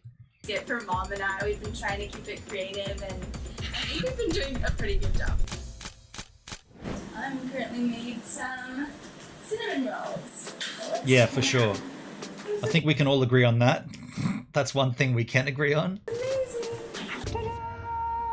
And then we have it. Yeah, look at the dining area in the distance there. That's totally not just for family. So she must have, I guess we could look it up too. We could find her resort and you could probably go and book and stay there. A vegan cinnamon roll with a pistachio crumb and coconut icing. Oh, Dad! Come try my vegan cinnamon roll. He's my biggest critic and my biggest customer. Oh. Wow. I'm out of here. And this brings us to the end of the tour. Right now I'm sending all my love, good energy, good health from my family and I to the whole world. But for now, it's time to say goodbye. Aloha, bula, pura vida, adios. Let's have a look at this Meet Brisa. The island. Who did that? Honey Girl. Thank you for the lemon. How you doing, Honey Girl? Been a while. Thank you very much. Let's take a look at Namuto. I guess we'll just put the word resort and see if that comes up. Namuto Island, Fiji, premium surf resort. Bingo bango. We've just nailed it, folks. That looks like it. Learn more. All love a good learn. World-class water sports. In addition to easy access to Fiji's crystal clear water and best surf breaks. Whether you're in surfing, no, okay, cool. Availability is limited. Inquire about pricing and booking with our reservations team. Let's have a look at the FAQs. Does Namuto have a dress code? Comfortable. That's cool. How do I book? We all do bookings through Surf Travel. What is included? 7 nights accommodation, 3 meals, appetizers on the surfboard. What's not included? Beverages, massage, internet. Oh, they don't include internet. Wow. Gratuities, travel insurance. Wow, no internet on the island. Heavens above. Interesting. What if I don't surf? What can I do? You can do a whole bunch of things. How do you get to the island? Do I need adapters to plug in my camera? How do I get there, I guess? Anyway, I could take a look at that myself at some point and just have a little look-ski around. Jimbo, thanks for following the Gives a Minute DLive stream. Now this makes you the latest giver right here on the channel. Now why would this make you a giver? Well, let me explain. You see, you're giving me your time to consume the content, whereas me, I'm a giver because I'm giving you my time to create the content. And so you see how we're both givers here, and this is a two-way street. But you're the latest giver on the Gives a Minute DLive stream. Thanks for the follow. The dab was on the internet. Yeah, but it looks like they make you pay for it. Like most of these resorts, they have internet, which is part of your package. But if you got to pay for it, I'm just thinking if I did try to go there, how would I upload my daily surfing content? You know, it's going to cost me more than it's worth staying to pay for the internet. So it's not free. Yeah, usually they are on those resorts, but they're super, super slow. Like I was uploading from Vanuatu and from Fiji when I was there, and like live streaming would be out of the question, but waiting for an upload. Yo, Malpezzi, thank you for the lemons. How you doing? Good to see you. Yeah, waiting for an upload. Basically, you just hit upload and then you go out for the day and you come back and hopefully it's done by the end of the day. It's just like so slow, super slow. You get there by boat. Yeah, but I wanted to see what was the main airport. Do you go to Nandi and then do you take a boat out from there, or do you go Suva and take a boat out from there? I know Fiji sort of relatively well. Just wanted to see whereabouts it was. But in speaking of surfing, here is a short story on a shark-proof wetsuit. Shark-proof wetsuit? At Britomart Reef, around 100 kilometres north of Townsville, the water was crystal clear. It was the middle of the day. It was our last dive. But not for long. A cloud of blood kind of enveloped me. The hunter becoming the hunted. It happened so fast, the shark must have been doing 100 miles an hour. It bit me twice. By the time Rick Batua reached shore, he was barely alive. I wasn't breathing, I was unresponsive. It took 14 bags of blood, enough to fill an entire body, to save him. 15 months later, Rick is still missing a chunk of his leg. Rick has been our test pilot. Rick's a guinea pig for a new kind of wetsuit called Shark Stop. It's a high-tech polymer. They use the same material to make tow ropes for pulling ships. Developed by Northern New South Wales local Hayden Burford and tested by Flinders University on sharks off South Australia's Neptune Islands. Been there. Their Gnarly. bites barely penetrated the fabric. So the size of the hole would basically put a puncture in your skin. You might bleed a little bit, but you would not suffer the horrendous tearing and ripping. Rick is performing his own, less scientific test, putting other skills he learnt in the US Navy to use. This is a regular wetsuit, and this, Hayden's Shark Stop suit. As you can see, there's no holes. Not only does the material resist a bite, it's painful for the shark. When they bite the fabric, their serrations catch on the fibres, so it's pulling on their gums and they just want to let go and go away. The material used to make the suit costs 7 times more than the normal synthetic rubber. Hayden's wetsuits will sell for around $900. It is an expensive product to make, but what's your leg or your arm worth? Because I didn't have a shark stop suit on, I almost lost my life. The suits will be on sale from tomorrow. Alex Lewis, 7 News. I mean, that's interesting, and it's definitely something that I should look into, 100%. Shark-proof, I highly doubt that. See, there's that thing on the internet again, and this one's from Dale. Here's someone who is using technology to try to come up with a wetsuit that is repellent to sharks. And the first reaction is, I highly doubt it. I highly doubt it. Why can't we be embracing of new concepts? Why are we so skeptical as people? Why can't we just go, somebody's working on this and they've got pretty close to doing something about it? That's cool. Let's take a look. The first thing we say is, I doubt that. The shark's really strong and it's powerful. I don't know. Nah, she's not from Costa Rica. She's not born there. Why are we so like that? Like, people suck. Don't we suck that we're so defensive like that? Like, let's be a bit more embracing and a bit more welcoming of things. Why are we like this? We just saw he stabbed it with a knife and he tried to pierce it and it looks like it works. It might not work, but it looks like it does. Can't we embrace that? Can't we get somewhere from there? The pressure of a great white bite. Yeah, I'm Dale, dude, you're talking to the converted. I understand what you're saying, but why can't we just give a little bit of gratitude to people and a little bit more, hey, okay, cool, let's see what this is about. Why is our initial reaction, nah, not gonna happen? Put your hands up in the air and say, nah, it's not gonna work. I disagree. Can't happen. Why are we like that? Why can't we just go, okay, cool, let's check it out. Let's see, let's judge it on its merits instead of instantly dismissing it.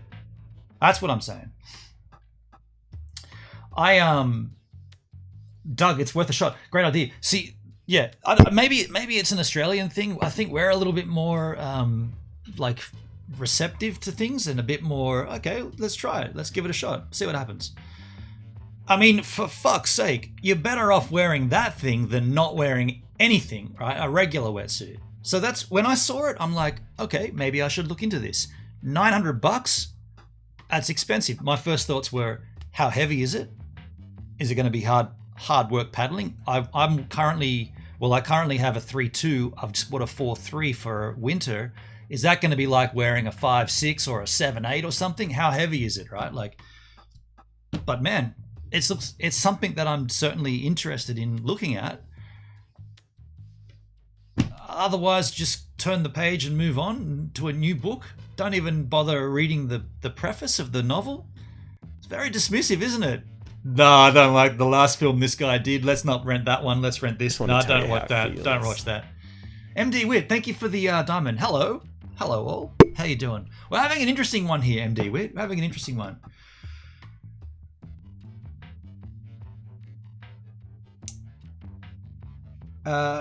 Radox, why wear a wetsuit unless it's cold? Not at all, dude. Protection. You know why you wear a wetsuit? See this? Board rash. See this? Board rash. Under my legs here, from where the board, when you're wearing board shorts in the summer, which I do, sitting on the board, it rubs against your legs. You wear a wetsuit just for stopping that. If you surf every day, which I try to, you get this, you got to get calluses under your legs. It just builds up, and that's why you wear a wetsuit. Hendrik in the house, g'day man, how you doing? This has been an interesting stream. I gotta tell you, I'm constantly blown away by live streaming. So baffling sometimes, so baffling. My idea of shark-proof, Sergeant Bob, is to stay in the boat, fair, or in one of the new saltwater man-made swimming wave pools. That's a good idea. So glad I didn't call in. Better to be spanking my ass. Dale, I wouldn't have hit you if it wasn't for the Costa Rica thing earlier in the chat. If that Costa Rica thing didn't happen, I would have been like, okay, he's a bit dismissive, but that's fair enough. We just seen a dude get absolutely drilled by a great white 2 weeks ago. Why would this wetsuit help? I get you. But that Costa Rican thing popped off earlier, and you really got me worked up from that. Half right, how you doing, half right? Didn't see you come in. I know some girls with knees like that. Yeah, man. My knee. It's not my knee. It's my inside of my thigh. Does period blood attract sharks? I mean, they say any blood does. Check this out. I got a pretty bad fin chop the other day. Probably needed a stitch actually. You probably can't see it that well. This was a fin chop. Happened within the first 10 minutes of a surf, and I looked down at it and I went, oh, okay, it's a little deep, because that's bone right there, the shin bone. And then I just surfed for the next hour and didn't think of it. And when I came back in, as I walked out of the water, I looked down and it was just bleeding like there was a lot of blood running off my leg. And so that means that blood had been running out the whole surf, and I hadn't noticed it because I looked at it first and I went, oh, okay, it's pretty bad. It's not too bad. It's not much blood there at this point. No worries. Forget about it. Go surfing. Then when I looked down, I walked out. I was like, shit, dude. Does that mean that's bleeding? It's been that amount of blood coming out for the last hour? That's a lot of blood loss. Like that would have been, I would have easily lost that much blood. Easily in that time, maybe more. And then I was thinking about it, you know, they say that it attracts sharks like a drop of blood in the ocean. Sharks come running. Well, nothing happened, but I snorkeled in BC Tofino with a 3.2 and it wasn't nearly enough. Yeah, I've gone 3.2s, and 3.2 we're talking about the thickness of the wetsuit. So they measure it in the chest area is the heavier material. So it's in mils, 3 mil versus 2 mil, and the 2 mil area is the arms and the legs. So your arms and legs are less thickness, and the main thickness is your torso for warmth. So a 3.2 is 3 mil on your chest and 2 mil on the arms and legs, and you can either get full length steamer, or they call them a spring suit in Australia. Spring suits are like just half leg and half arm. So I do a 3.2 steamer in the winter, but this year, thank you to Charlotte Rose, she gave me a gift certificate from Surf Stitch, a surf store I'd never heard of before, and they had a special on I think it was an O'Neill 4.3. So I got a 4.3 for the bulk of winter this year. I'll be rocking a 4.3, and it's going to be great. Or a dry suit. I saw that comment of a dry suit. That'd be interesting. Surfing in a dry suit. I mean, that's what they do in like those lake surfers in the winter and whatnot. Sharks ate my power. You got a blackout right now, have you, H-Man? Crikey, dude. Wow. What type of sharks? Loan sharks? Loan sharks. Avoid offshore fishing, guy. Chum of any kind draws in the sharks, not the fish. Yeah, well, thankfully, the point, Crookhaven, isn't really a fishing spot, but the beach, well, I guess the beach area is. Ben on Whammons bleed every month. Suck it up already. Jesus. They're not even English words, dude. Let's move on here. I saw this in my Discord too, an honest government ad. This is an Australian government ad. Hello, I'm from the United Australia Party. You may have noticed our election ads in a few places lately, such as fucking everywhere. That's because when you have stacks of money to spend on your election campaign, you can make sure everyone sees your bullshit. Especially all the disaffected people who are rightly pissed off with this government. That's why we're running, to give Australians an alternative choice of bullshit. So if you're ready to not make any change at all, vote 1 United Australia Party. Because politicians don't care about you, but we do. That's why our leader voted to get rid of penalty rates if you work on Sunday and public holidays, voted to increase the cost of student debt, the cost of subsidised medicines, and the corporate tax rate. Just kidding, he voted to reduce that one. Fuck you workers, students and sick dickheads. We oppose both the Liberals and Labor. That's why before leaving the Liberal Party, Craig never once crossed the floor to vote against the majority of his party. He's a maverick. And it's why, after spending millions on ads that won him 0 seats in the last election, Clive was still chuffed because he said the goal was to ensure Labor didn't get into power. Freedom. We stand for freedom and sovereignty. That's why Craig also voted to put welfare recipients onto cashless debit cards that rob people of their freedom and sovereignty. Freedom forever. Like freedom from work. And the freedom to totally make shit up. Like telling you the United Australia Party is a continuation of the United Australia Party led by Sir Robert Menzies 90 years ago. Thank fuck the AEC can't regulate truth in political advertising. Bullshit forever. Because nothing says bullshit like appropriating the name of a party that asked the country to make the ultimate sacrifice by fighting Nazis in the war and using it to scare you from having a jab and wearing a fucking mask. Do we even believe our own bullshit? No, but that's okay because we stand for free speech. That's why we turn off comments on all our videos, and it's why Clive's suing someone for hurting his feelings and threatened to sue a YouTuber for calling him Fatty McFuckhead. We'll probably sue whoever made this video too, just to prove we really are fuckheads. End the lockdowns. Sure, they've already ended, but who cares? We want you to stay angry, because the whole point of this party is to farm your angry protest votes and funnel them to these guys via preferences. Remember how every one of our how to vote cards in the last election told you to put the Liberals second? You can totes trust us again. Put Australia first. Like Craig did when he voted against raising the age pension, against increasing marine conservation and political transparency and diversity of media ownership, and against restricting donations to political parties, the biggest of which are, of course, the donations Clive makes to us, ensuring that you'll see our shitty election ads everywhere, on your telly, in your paper, newsfeed, YouTube ads, even in your fucking text messages. Vote 1 for Menzies. I mean us. Whatever, it's a vote for this cunt anyway. Authorised by Sir Robert Menzies, Queensland. I was wondering if the C-bomb was going to come into that at any point. They were cussing quite a lot, and I wondered how far it would be until they threw a C word in there. That's pretty good. That's pretty good. Half right. Show feet. I just showed you my legs. What's the difference? I'll give you one. Oh, there's a foot.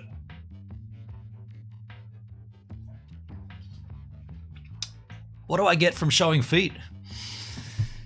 Let's move on. Okay, it's changing topic entirely here, folks. You know the MH7 or 370 that went missing in Malaysia, or they say it went down in the Indian Ocean. There's been new information that could help us find out where it is. Is the biggest aviation mystery of all time, the disappearance of Malaysian Airlines flight MH370, about to be solved? Well, I don't know, but we're going to find out here, aren't we, love? Just lower the volume there. It's a little bit loud. Oh, man, you're easy? I'm not easy. I'm not easy. I'm over easy. Well, yes, if you believe the man you're about to meet. Richard Godfrey is no crackpot. He's a respected British aerospace engineer and physicist who says he's found... Bigfoot stole MH370. No, I did not. I was out surfing. It wasn't me. ...the doomed airliner. If he's right, he'll provide desperately needed answers for the families of the 239 passengers and crew who were aboard the Boeing 777 when it vanished 8 years ago. Nuclear war is imminent. Show us your war face. My war face? I reckon I got a little angry before. You might have got close to my war face. I was a little fired up. A little perplexed probably is more the word. I was a little... You caught me off guard with all that Costa Rican stuff and then the the wetsuit thing. But yeah, I'm chilled out now. I'm chilled out now. But knowing where it is isn't the end of the story.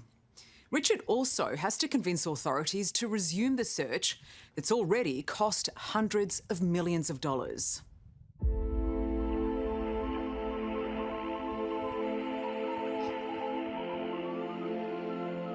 At any... This is classic journalism, right? Start the story with like things that are going to confuse you. So show a dial that someone's kind of twisting a little bit, and then show a power button and a source and whatnot, and then you'll be like, oh, these are things I've seen before, but I don't know how they work. So I better watch the whole story. Hey, so I find out what those dials and all that crap is. Millions of dollars. This guy's twisting a dial. There's power. At any hour of the day or night, thousands of amateur radio operators around the world, enthusiasts like Matthew Ayres, are talking to each other. A radio operator with the name Matthew Ayres?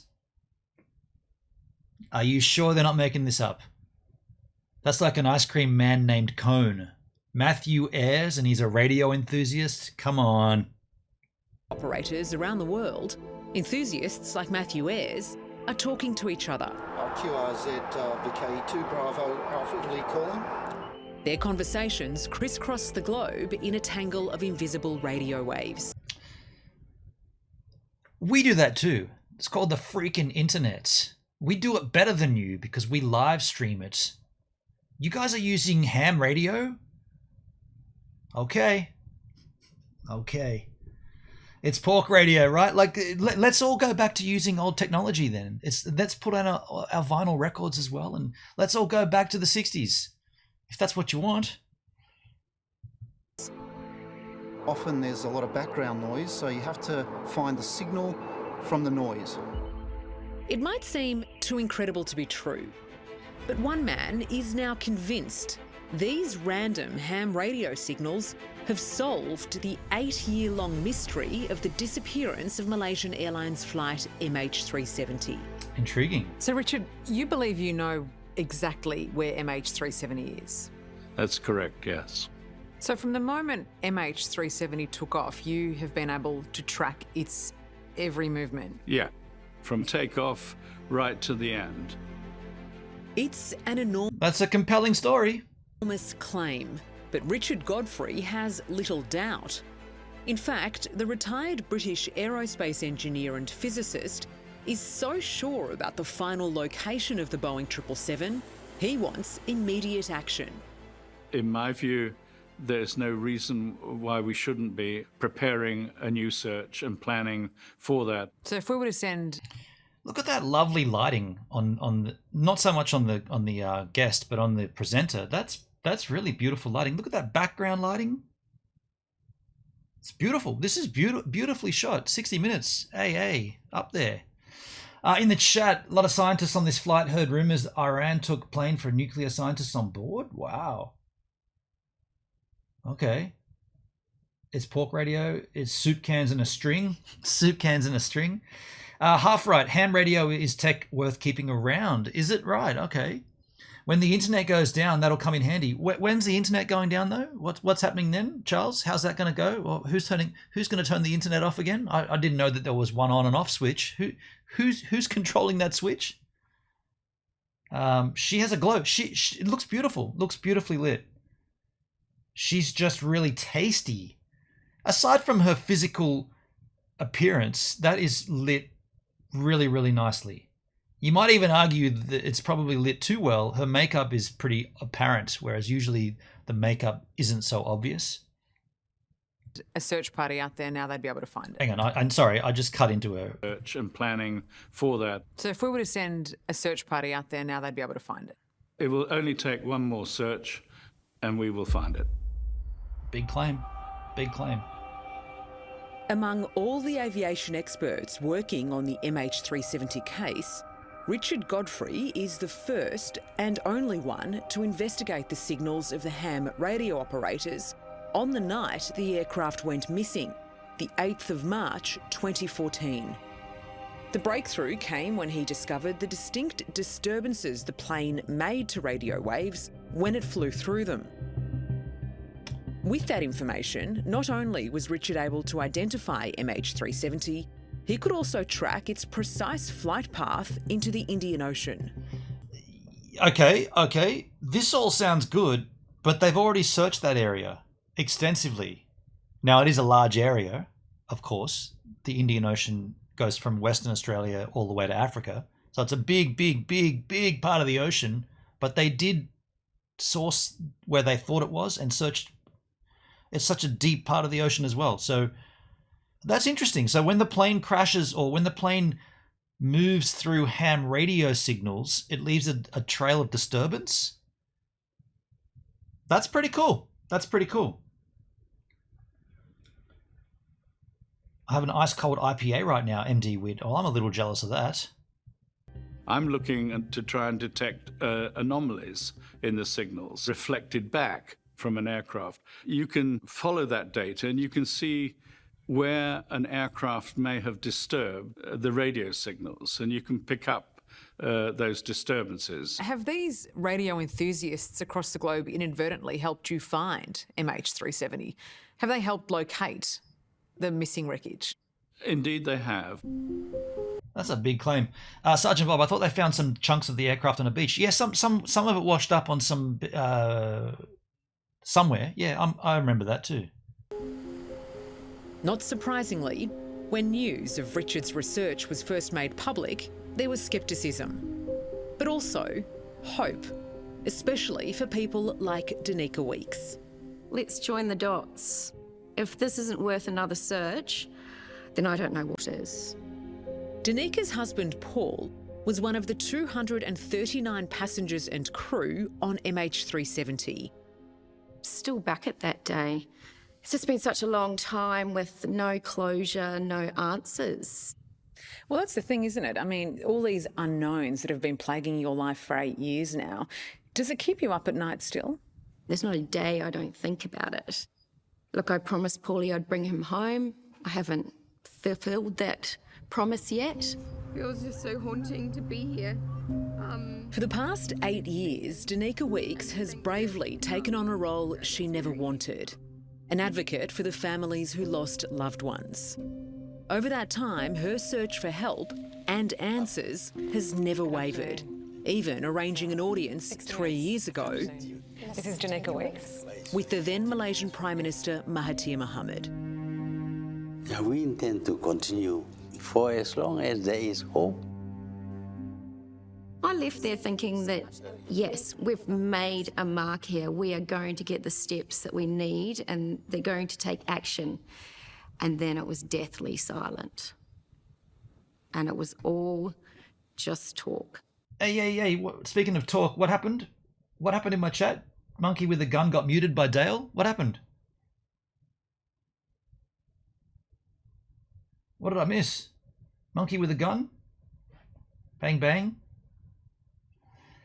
I think it's only a temporary time out there. It's only a 5-minute sit-down, Monkey with a gun, if you're still watching. I didn't do it. Dale did it. Dale's a mod. He did it. Dale's messing with him. Okay, all right. Then you're on your own, Dale.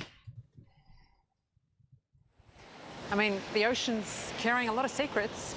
Oh, it is. It's incredible that, this long on, we still don't know where they are. Now, though, for the first time in a long time, Richard Godfrey has given Danica a renewed sense of hope. Daleski, to be clear, Monkey with a gun is a friend of yours? Okay, cool. But it's always Dale's fault. Well, tonight, it looks like it is, Dale. This is your first and only warning. Can I warn a mod? I've done my research on it and it looks so promising. I get goosebumps because I feel this is it. Yeah, it looks compelling, doesn't it? Richard's work in identifying MH370, using the disturbances in the signals of the ham radio operators communicating with each other on the night the plane disappeared, meant he was able to track where it was flying. And he's confident in his analysis because the flight path he came up with mirrored the already known satellite tracking of MH370. However, there was one difference. Richard's data produced much more precise detail about the plane's route into the Indian Ocean.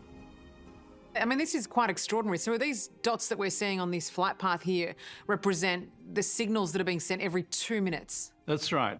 There are in total 160 of these detections. So they've been disturbed by an aircraft, in this case, MH370.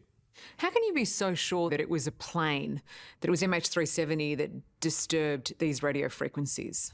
It's very easy because out in the middle of the Indian Ocean, there was just one other aircraft in several hours that passed, and that passed an hour's flying time away from MH370. So it's very easy then to discount you're picking up another aircraft. But just to put his story, or to question his story, shouldn't they, I mean, I'm sure they've done this, wouldn't they have followed a known aircraft route and track an aircraft to its destination and then confirm that, like, what's the term where they reverse engineer it? So go and find, so we're looking for MH370. How about we go and find MH220 first? We know that that flew from Bangkok to Sydney. So let's do the same on the night that it flew from Bangkok to Sydney successfully. Let's look at the disturbances in that pattern from ham radio and verify that this process does work, ignoring all of the other data points and all the other tracking implements or instruments. So let's use the ham radio to successfully track. We're not going to tell you where MH220 left from and where it was going. You show us how you work it out using the ham radio technique. And then if that works and you wind up with it landing at Sydney Kingsford Smith Airport, then we'll use it on MH370. Surely they did that. Surely that's been done. I'm dying in here. I love you all. She sometimes looks like Keira Knightley, but with better skin and teeth. Bangkok, yes, to Bangkok, from Bangkok to Sydney. It sounds like old school radio triangulation. That's pretty much what I'm hearing too, Sergeant Bob. Yeah. And whether you're picking up MH370. So it can only be a plane that was picked up through this data. Yeah, it has to be an aircraft at a certain altitude, not picking up ships on the surface of the water or things like that. So why haven't we found it? Why aren't we looking? And why haven't we provided answers to 239 families? Well, why haven't we? Look at this. Please do not stream copyrighted content on DLive. For more information, please see our community guidelines. Is this for real? Again? So I'm not so wait a second. We're not allowed to critique and review things anymore?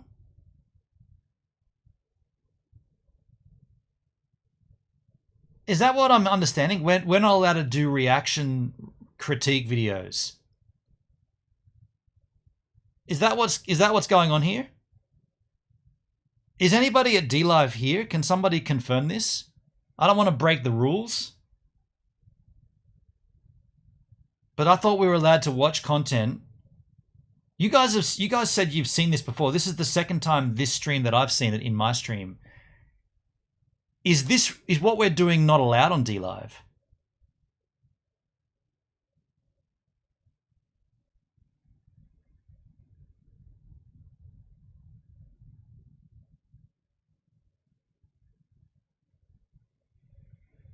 I'm just waiting for an answer before we move on. I guess we'll just wait. I'm not too sure if we should continue with this content. If this is the second time that this has come into my stream, what's going on? We've been critiquing and watching YouTube videos forever on DLive. Is this copyrighted content? I mean, it's 60 minutes. It's on YouTube. We're watching this. Comments turned off. You can play content in 27-second clips? What?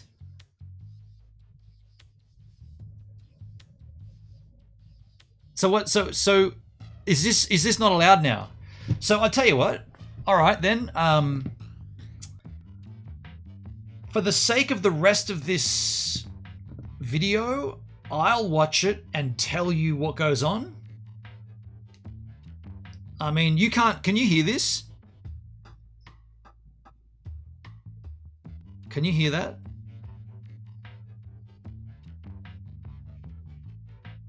Okay, you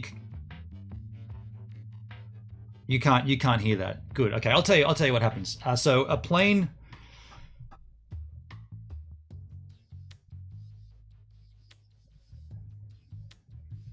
She just said the idea that a modern aircraft could not be found is a frightening thought for many people. Now she's introducing a new person, a guy called Peter Foley. This is the guy who cannot believe that the aircraft hasn't been found.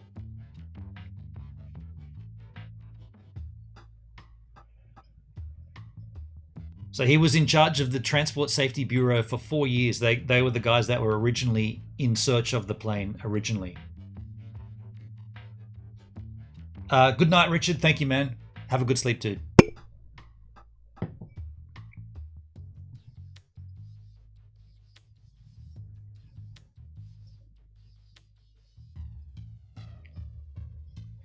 Even today, he remains obsessed with trying to find out where this plane landed or crash landed. So, by the way, I'm just going to get a screenshot of... just give me a second here. I'm just going to get a screenshot. Oh, the chat's already moved on. Hold on a sec. I'll do it this way.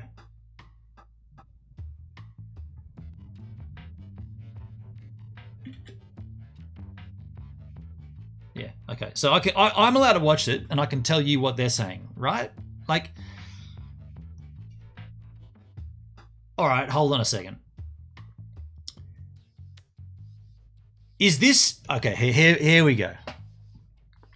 Is this a move towards the DLive protocol? Is this what this is? This is a push. So DLive.org, the protocol, will exist as a place where you can stream anything you want, right? Anything you damn well please can be done on the protocol. Is that what this is? This is a push to get streamers to go and use the protocol, which, by the way, I can't because it's Mac. It's not Mac friendly. It doesn't run on Mac. All you got to do is ban the bot. Can I do that? Can you ban the bot? Can you ban the bot? Didn't even know you could do that, dude. Ban the bot. Good idea.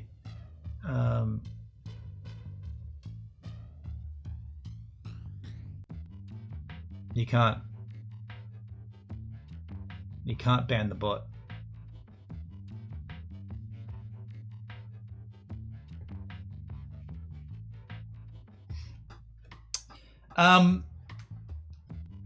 Okay, so can I get an answer? Like I want to continue watching, and it's silly me watching it and then telling you what she's saying. That's ridiculous. I'd like to continue watching this. What's the problem here? What's the problem here? Is that, you know what? It's got the link. It's got the link there. Hold on a second. Let me just go back.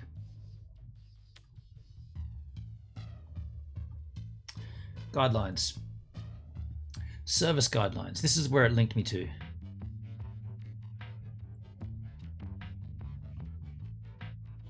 Service guidelines.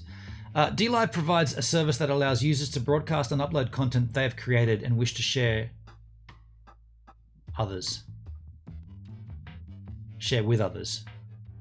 DLive provides, can you believe this? DLive provides a service that allows users to broadcast and upload content that they have created and wish to share others. In certain circumstances, the service provides creators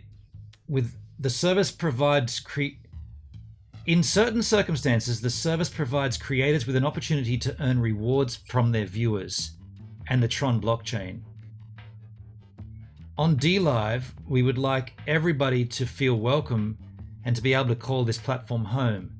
These guidelines are applicable to DLive website, DLive mobile apps, community hub, and DLive managed public servers such as Discord and DLive forum. There's a DLive forum? All streamers and other content, including account, about, descriptions, and comments in chat, must follow these guidelines. DLive's guiding principles. These guiding principles apply to our service and are important to our brand. To cultivate a welcoming, safe, healthy, and fun environment for group interactions, be respectful and friendly. Now, you guys kind of didn't obey by that this evening. You guys were very unfriendly to me. That Costa Rican crap. That wasn't a very friendly move. Encourage and help other community members, especially new users. Okay. If you are unsure about any rules stated in this page, please do not hesitate to contact the member of staff in advance. Don't have any idea who those staff members are though these days. DLive being doo-doo heads again. Hey Charlotte, how you doing? I've just been dinged twice with a bot warning in my chat about streaming copyrighted material. So we're just reading up on the link. It took us to this service guidelines link. DLive's reservation of rights. The guiding principles we articulated above are core to our service and to our brand. We retain the right to remove from the service any user or material that, in our discretion, either contravenes our guiding principles or otherwise is unfavorable to our service or our brand. This applies whether or not user content or behavior violates our guidelines or our terms of service. That's a pretty interesting rule. So it doesn't matter what you do, they can just take it off. Okay. Number 1, general prohibitions. DLive prohibits activities and material, including live streams, videos, and comments that are harmful, deceptive, offensive, or illegal, encourage or promote harmful, deceptive, offensive, or illegal conduct, violate any DLive terms of service, privacy policy, copyright policy, or other policies. Okay, so the copyright one is what they're claiming here. Do not stream copyrighted content on DLive.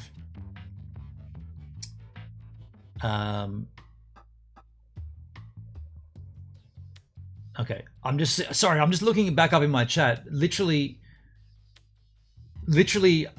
that came in after Dale said Bangkok, not Bangkok as in the suburb or the city. You spelt the words Bangkok, and then that came in, and Monkey with a Gun put an uppercase wanker, and then this well, that came after that. But so maybe it's in regards to my but it said do not stream copyrighted content. Okay, fair enough. Contain nudity or pornographic or depict minors in sexual activity, actual or simulated. Facilitate, encourage, offer, or solicit sexual conduct. Is this because I showed my feet? Feet aren't sexual, especially not mine. Jesus. Involve use of subterfuge. Subterfuge. What the fuck does that word mean? Subterfuge.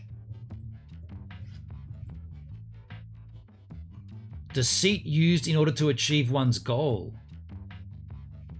He had to use subterfuge and bluff on many occasions. Subterfuge. Okay. Invade the privacy of private places, communications, or persons. Cause or promote emotional distress. You got me distressed today. Involve threats or harassment. Involve excessive or burdensome attention. Involve deceptive impersonations or deceptive use of person's likeness.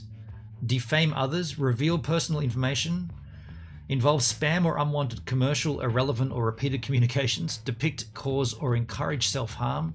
Cause or encourage violent conduct. Constitute or encourage hate speech that directly attacks a person or group on the basis of race, ethnicity, national origin, religion, medical or mental condition, disability, age, sexual orientation, gender or gender identity. Abuse the infrastructure, resources, and rewarding systems. DLive is a hoe, half right?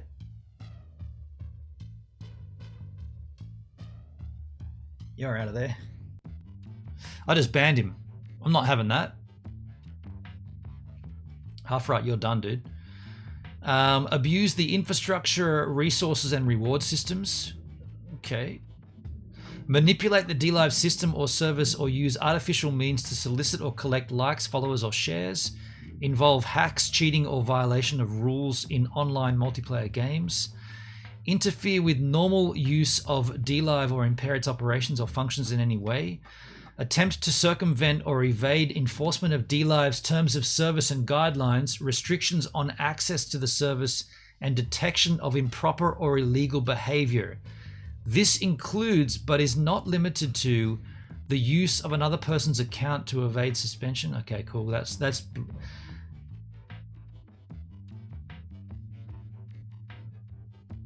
get rid of this troll. Collect information regarding other persons for use outside DLive services. Okay, here we go. Copyrighted materials on DLive. You must not transmit, publicly perform, publicly display, or reproduce copyrighted material of others unless your actions are authorized by law or the copyright holder.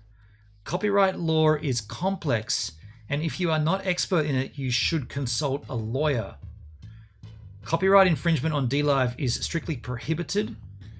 Complaints of copyright infringement by streamers often involve the following types of activities, so users should be especially careful to obtain permissions or qualified legal advice regarding them. Rebroadcasting movies, rebroadcasting television shows and or TV channels, rebroadcasting sports matches. So in the sense of watching this story here, where is it? In the sense of watching this as a full screen production with me critiquing and commenting and stopping and making my transformative breakdown of this story, we're not rebroadcasting that product. We're transforming it. This is fair use. Transformative. That's the key word. Transformative. A transformative production is a creator taking a production, breaking it down, commentary, giving their take on the situation, involving the chat to engage a conversation that wouldn't have otherwise happened if you just pressed play and walked away.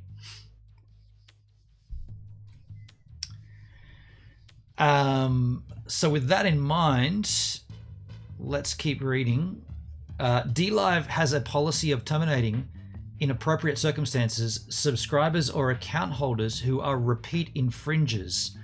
While DLive cannot remove material that is not stored on its system or network, it expeditiously responds to notifications of claimed infringements regarding material stored on the service or system at the request of a user. So the question is, and I'm not going to go through and read all these because we're not doing any of this. Gambling, sexual content, username, recycle policy, mature audiences and X-tag content, moderation within live channel, content labeling. They did say labeling. I guess we should read this because the first warning did say make sure you're in the correct category, which I was in chatting, but you guys said it was about the M tag. Please ensure you accurately label your content and channel correctly. Extensive misuse of stream titles, categories, language, and channel about section are prohibited. DLive reserves the right to require changes in your stream title in its sole discretion. The following are prohibited in your stream title: chest information, okay, profanity, hate speech or racial slurs, trademark violations, brand impersonations, mocking impersonation. Okay, cool. Enforcement. As DLive explained at the outset, it may take any action it considers appropriate to protect the service, to provide a positive environment, and to protect its reputation and its brand. The DLive team specifically reserves the right, with or without warning or notice, to direct you to take appropriate actions for content, which is what you'd say has happened here twice. To change the content rating to X, which is not appropriate. Mute accounts from chat rooms, remove privileges from or add restrictions to accounts, remove content, suspend, disable, or terminate accounts, ban users from DLive, ban accounts and users who have facilitated violations of service guidelines, evasion of enforcement of our service guidelines, or other violations of our terms of service, including the making available of access to the service by persons associated with accounts that have been suspended. So this is a very, very strange rule because we don't have a list of... This is not what's happening now, but what they're saying there is you can't give a banned person a platform on DLive. So I can't interview the Joker or Fuentes or Baked Alaska or anybody else that's been banned. But there's not a list of those people. I just know of those ones because I was here when they got banned. Global automatic chat moderation. Okay, we don't need to know. Last updated March the 8th, 2021. So in all instances today, I've had 2 warnings come in my chat. Let me just read the warning again. The warning says, do we have the first one? No, that one's already gone. The second warning, DLive team, please do not stream copyrighted content on DLive. And then for more information, go to these community guidelines. So the questions that obviously come up from this is, what is copyrighted material and what is transformative? Let's take a look. Transformative copyright material. Transformative use may include criticizing the quoted work, exposing the character of the original author, providing a fact or proving a fact, or summarizing an idea argued in the original in order to defend or rebut it. This may include parody, symbolism, aesthetic declarations, and innumerable other usage. Transformative use, this is from the ALRC, which is the Australian Government Law Reform Commission. This is what I'd fall underneath, given that this is my jurisdiction in Australia. So this now refers back to United States Fair Use Doctrine as discussed in Chapter 4. Can you guys see that? How can I make that? Let me just drag this handle over here so we can read it. Fair use doctrine, as discussed in Chapter 4, permits limited use of copyrighted material without acquiring permission from the rights holders. So that would include what we were just doing. We were playing this video on YouTube in full screen, critiquing it. Where is my put this next to it. So fair use doctrine, as discussed in Chapter 4, permits limited use of copyright material without acquiring permission from rights holders. The first of the fairness factors, both in the US fair use exemption and the fair use exemption proposed by the ALRC, is the purpose and character of the use. In US law, this essentially concerns whether the use is transformative. This is what I've been saying. On some analysis, whether a use is transformative is the key question in US fair use doctrine. A much greater emphasis on transformativeness is in US case law followed the influential 1990 Harvard Law Review by Judge Pierre and Naval towards a fair use standard. The first fairness factor, the purpose and character of the use, raises the question of justification. This is a quote. I believe the answer to the question of justification turns primarily on whether and to what extent the challenged use is transformative. The use must be productive and must employ the quoted matter in a different manner or for a different purpose from the original.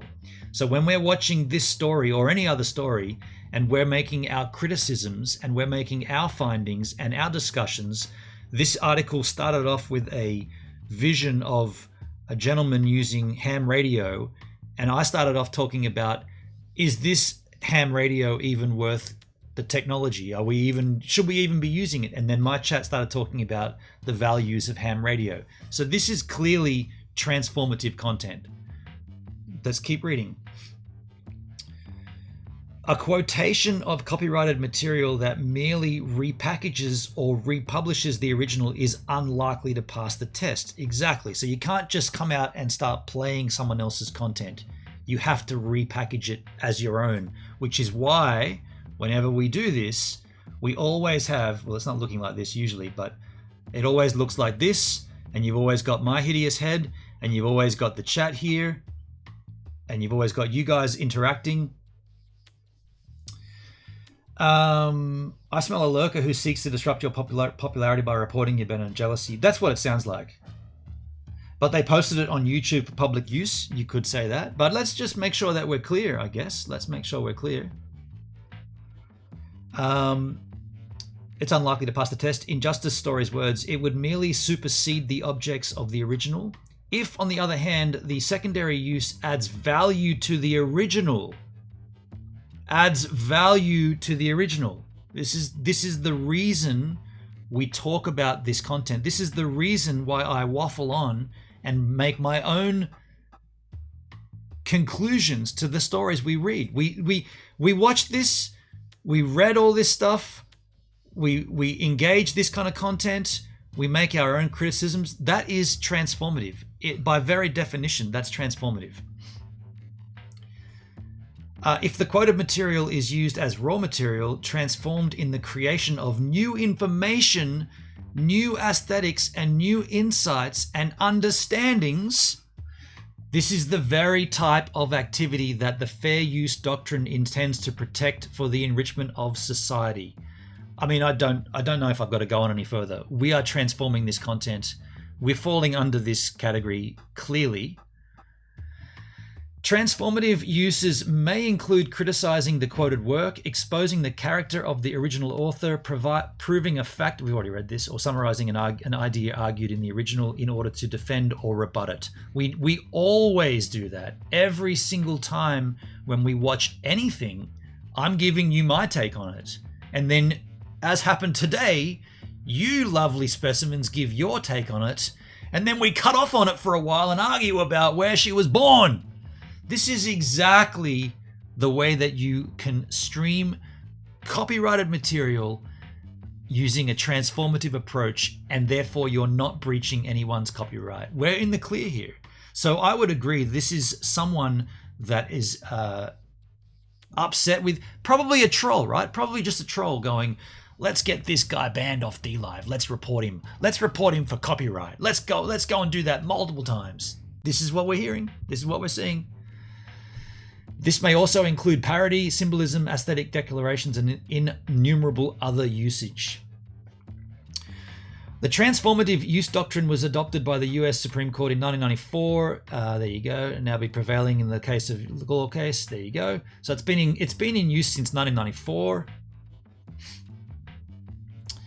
How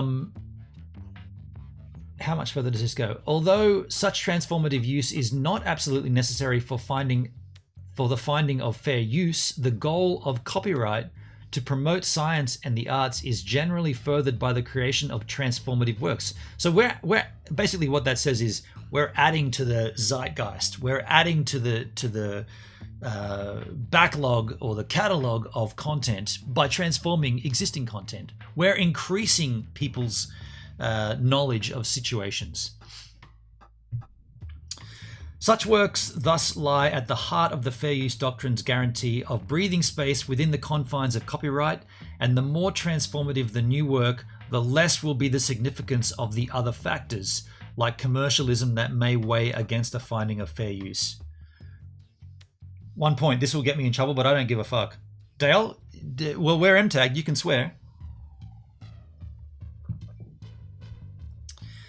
10.14. Professor Neil Weinstock-Netanel's review of several empirical studies and his own analysis of US case law led him to conclude that since 2005, the transformative use paradigm has come to dominate fair use case law, and the market-centered paradigm has largely receded into the pages of history. Do we need to keep reading? We don't need to keep reading. Okay, so what I'm saying here is we're good to do this. We're not breaching DLive's copyright.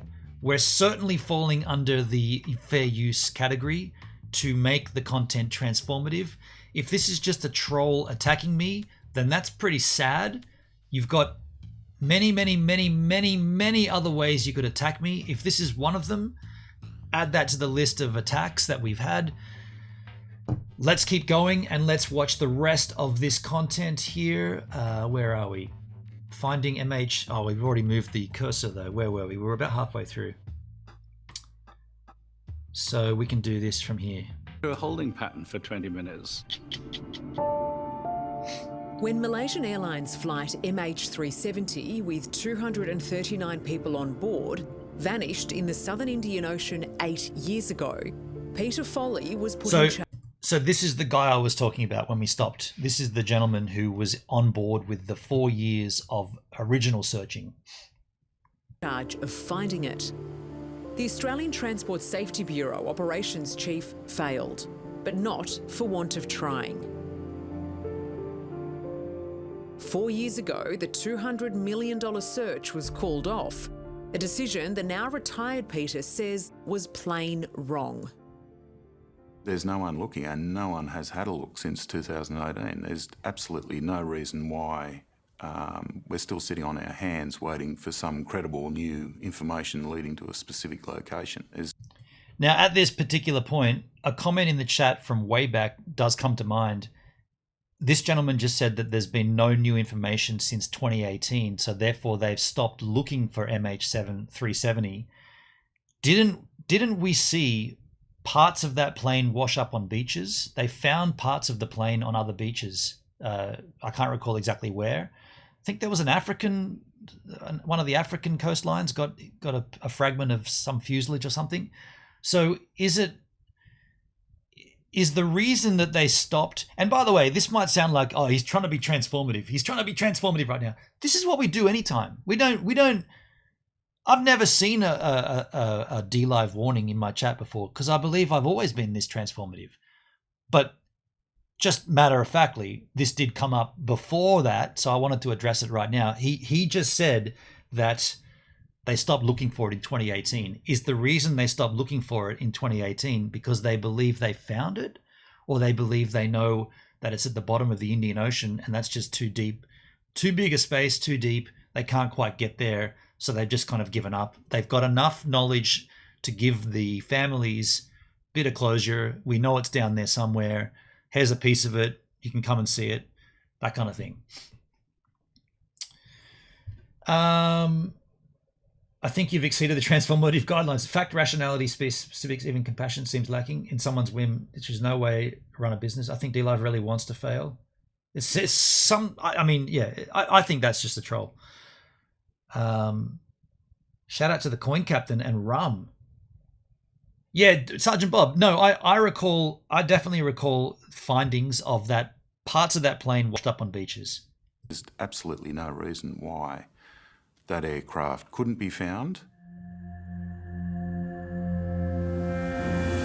So he believes this as well then. Peter's search for MH370 was exhaustive. 2,000 kilometres west of Perth, it... Your channel has been forced offline for breaching our service guidelines. Is that a fact?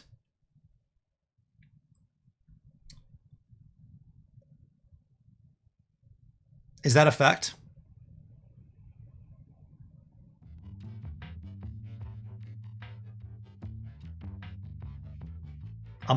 Is my stream off?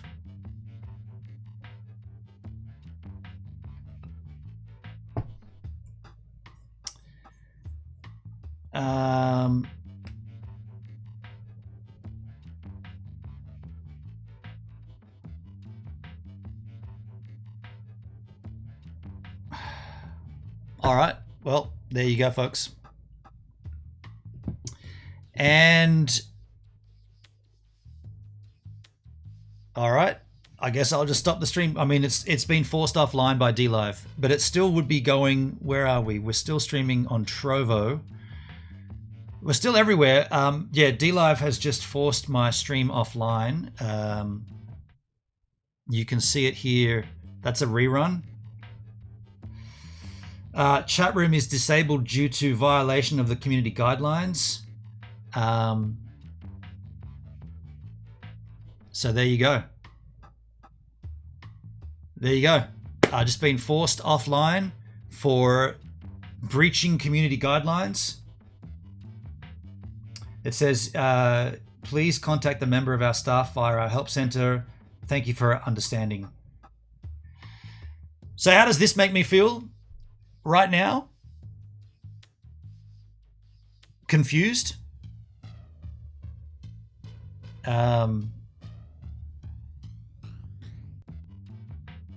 Yeah, confused. We read the guidelines.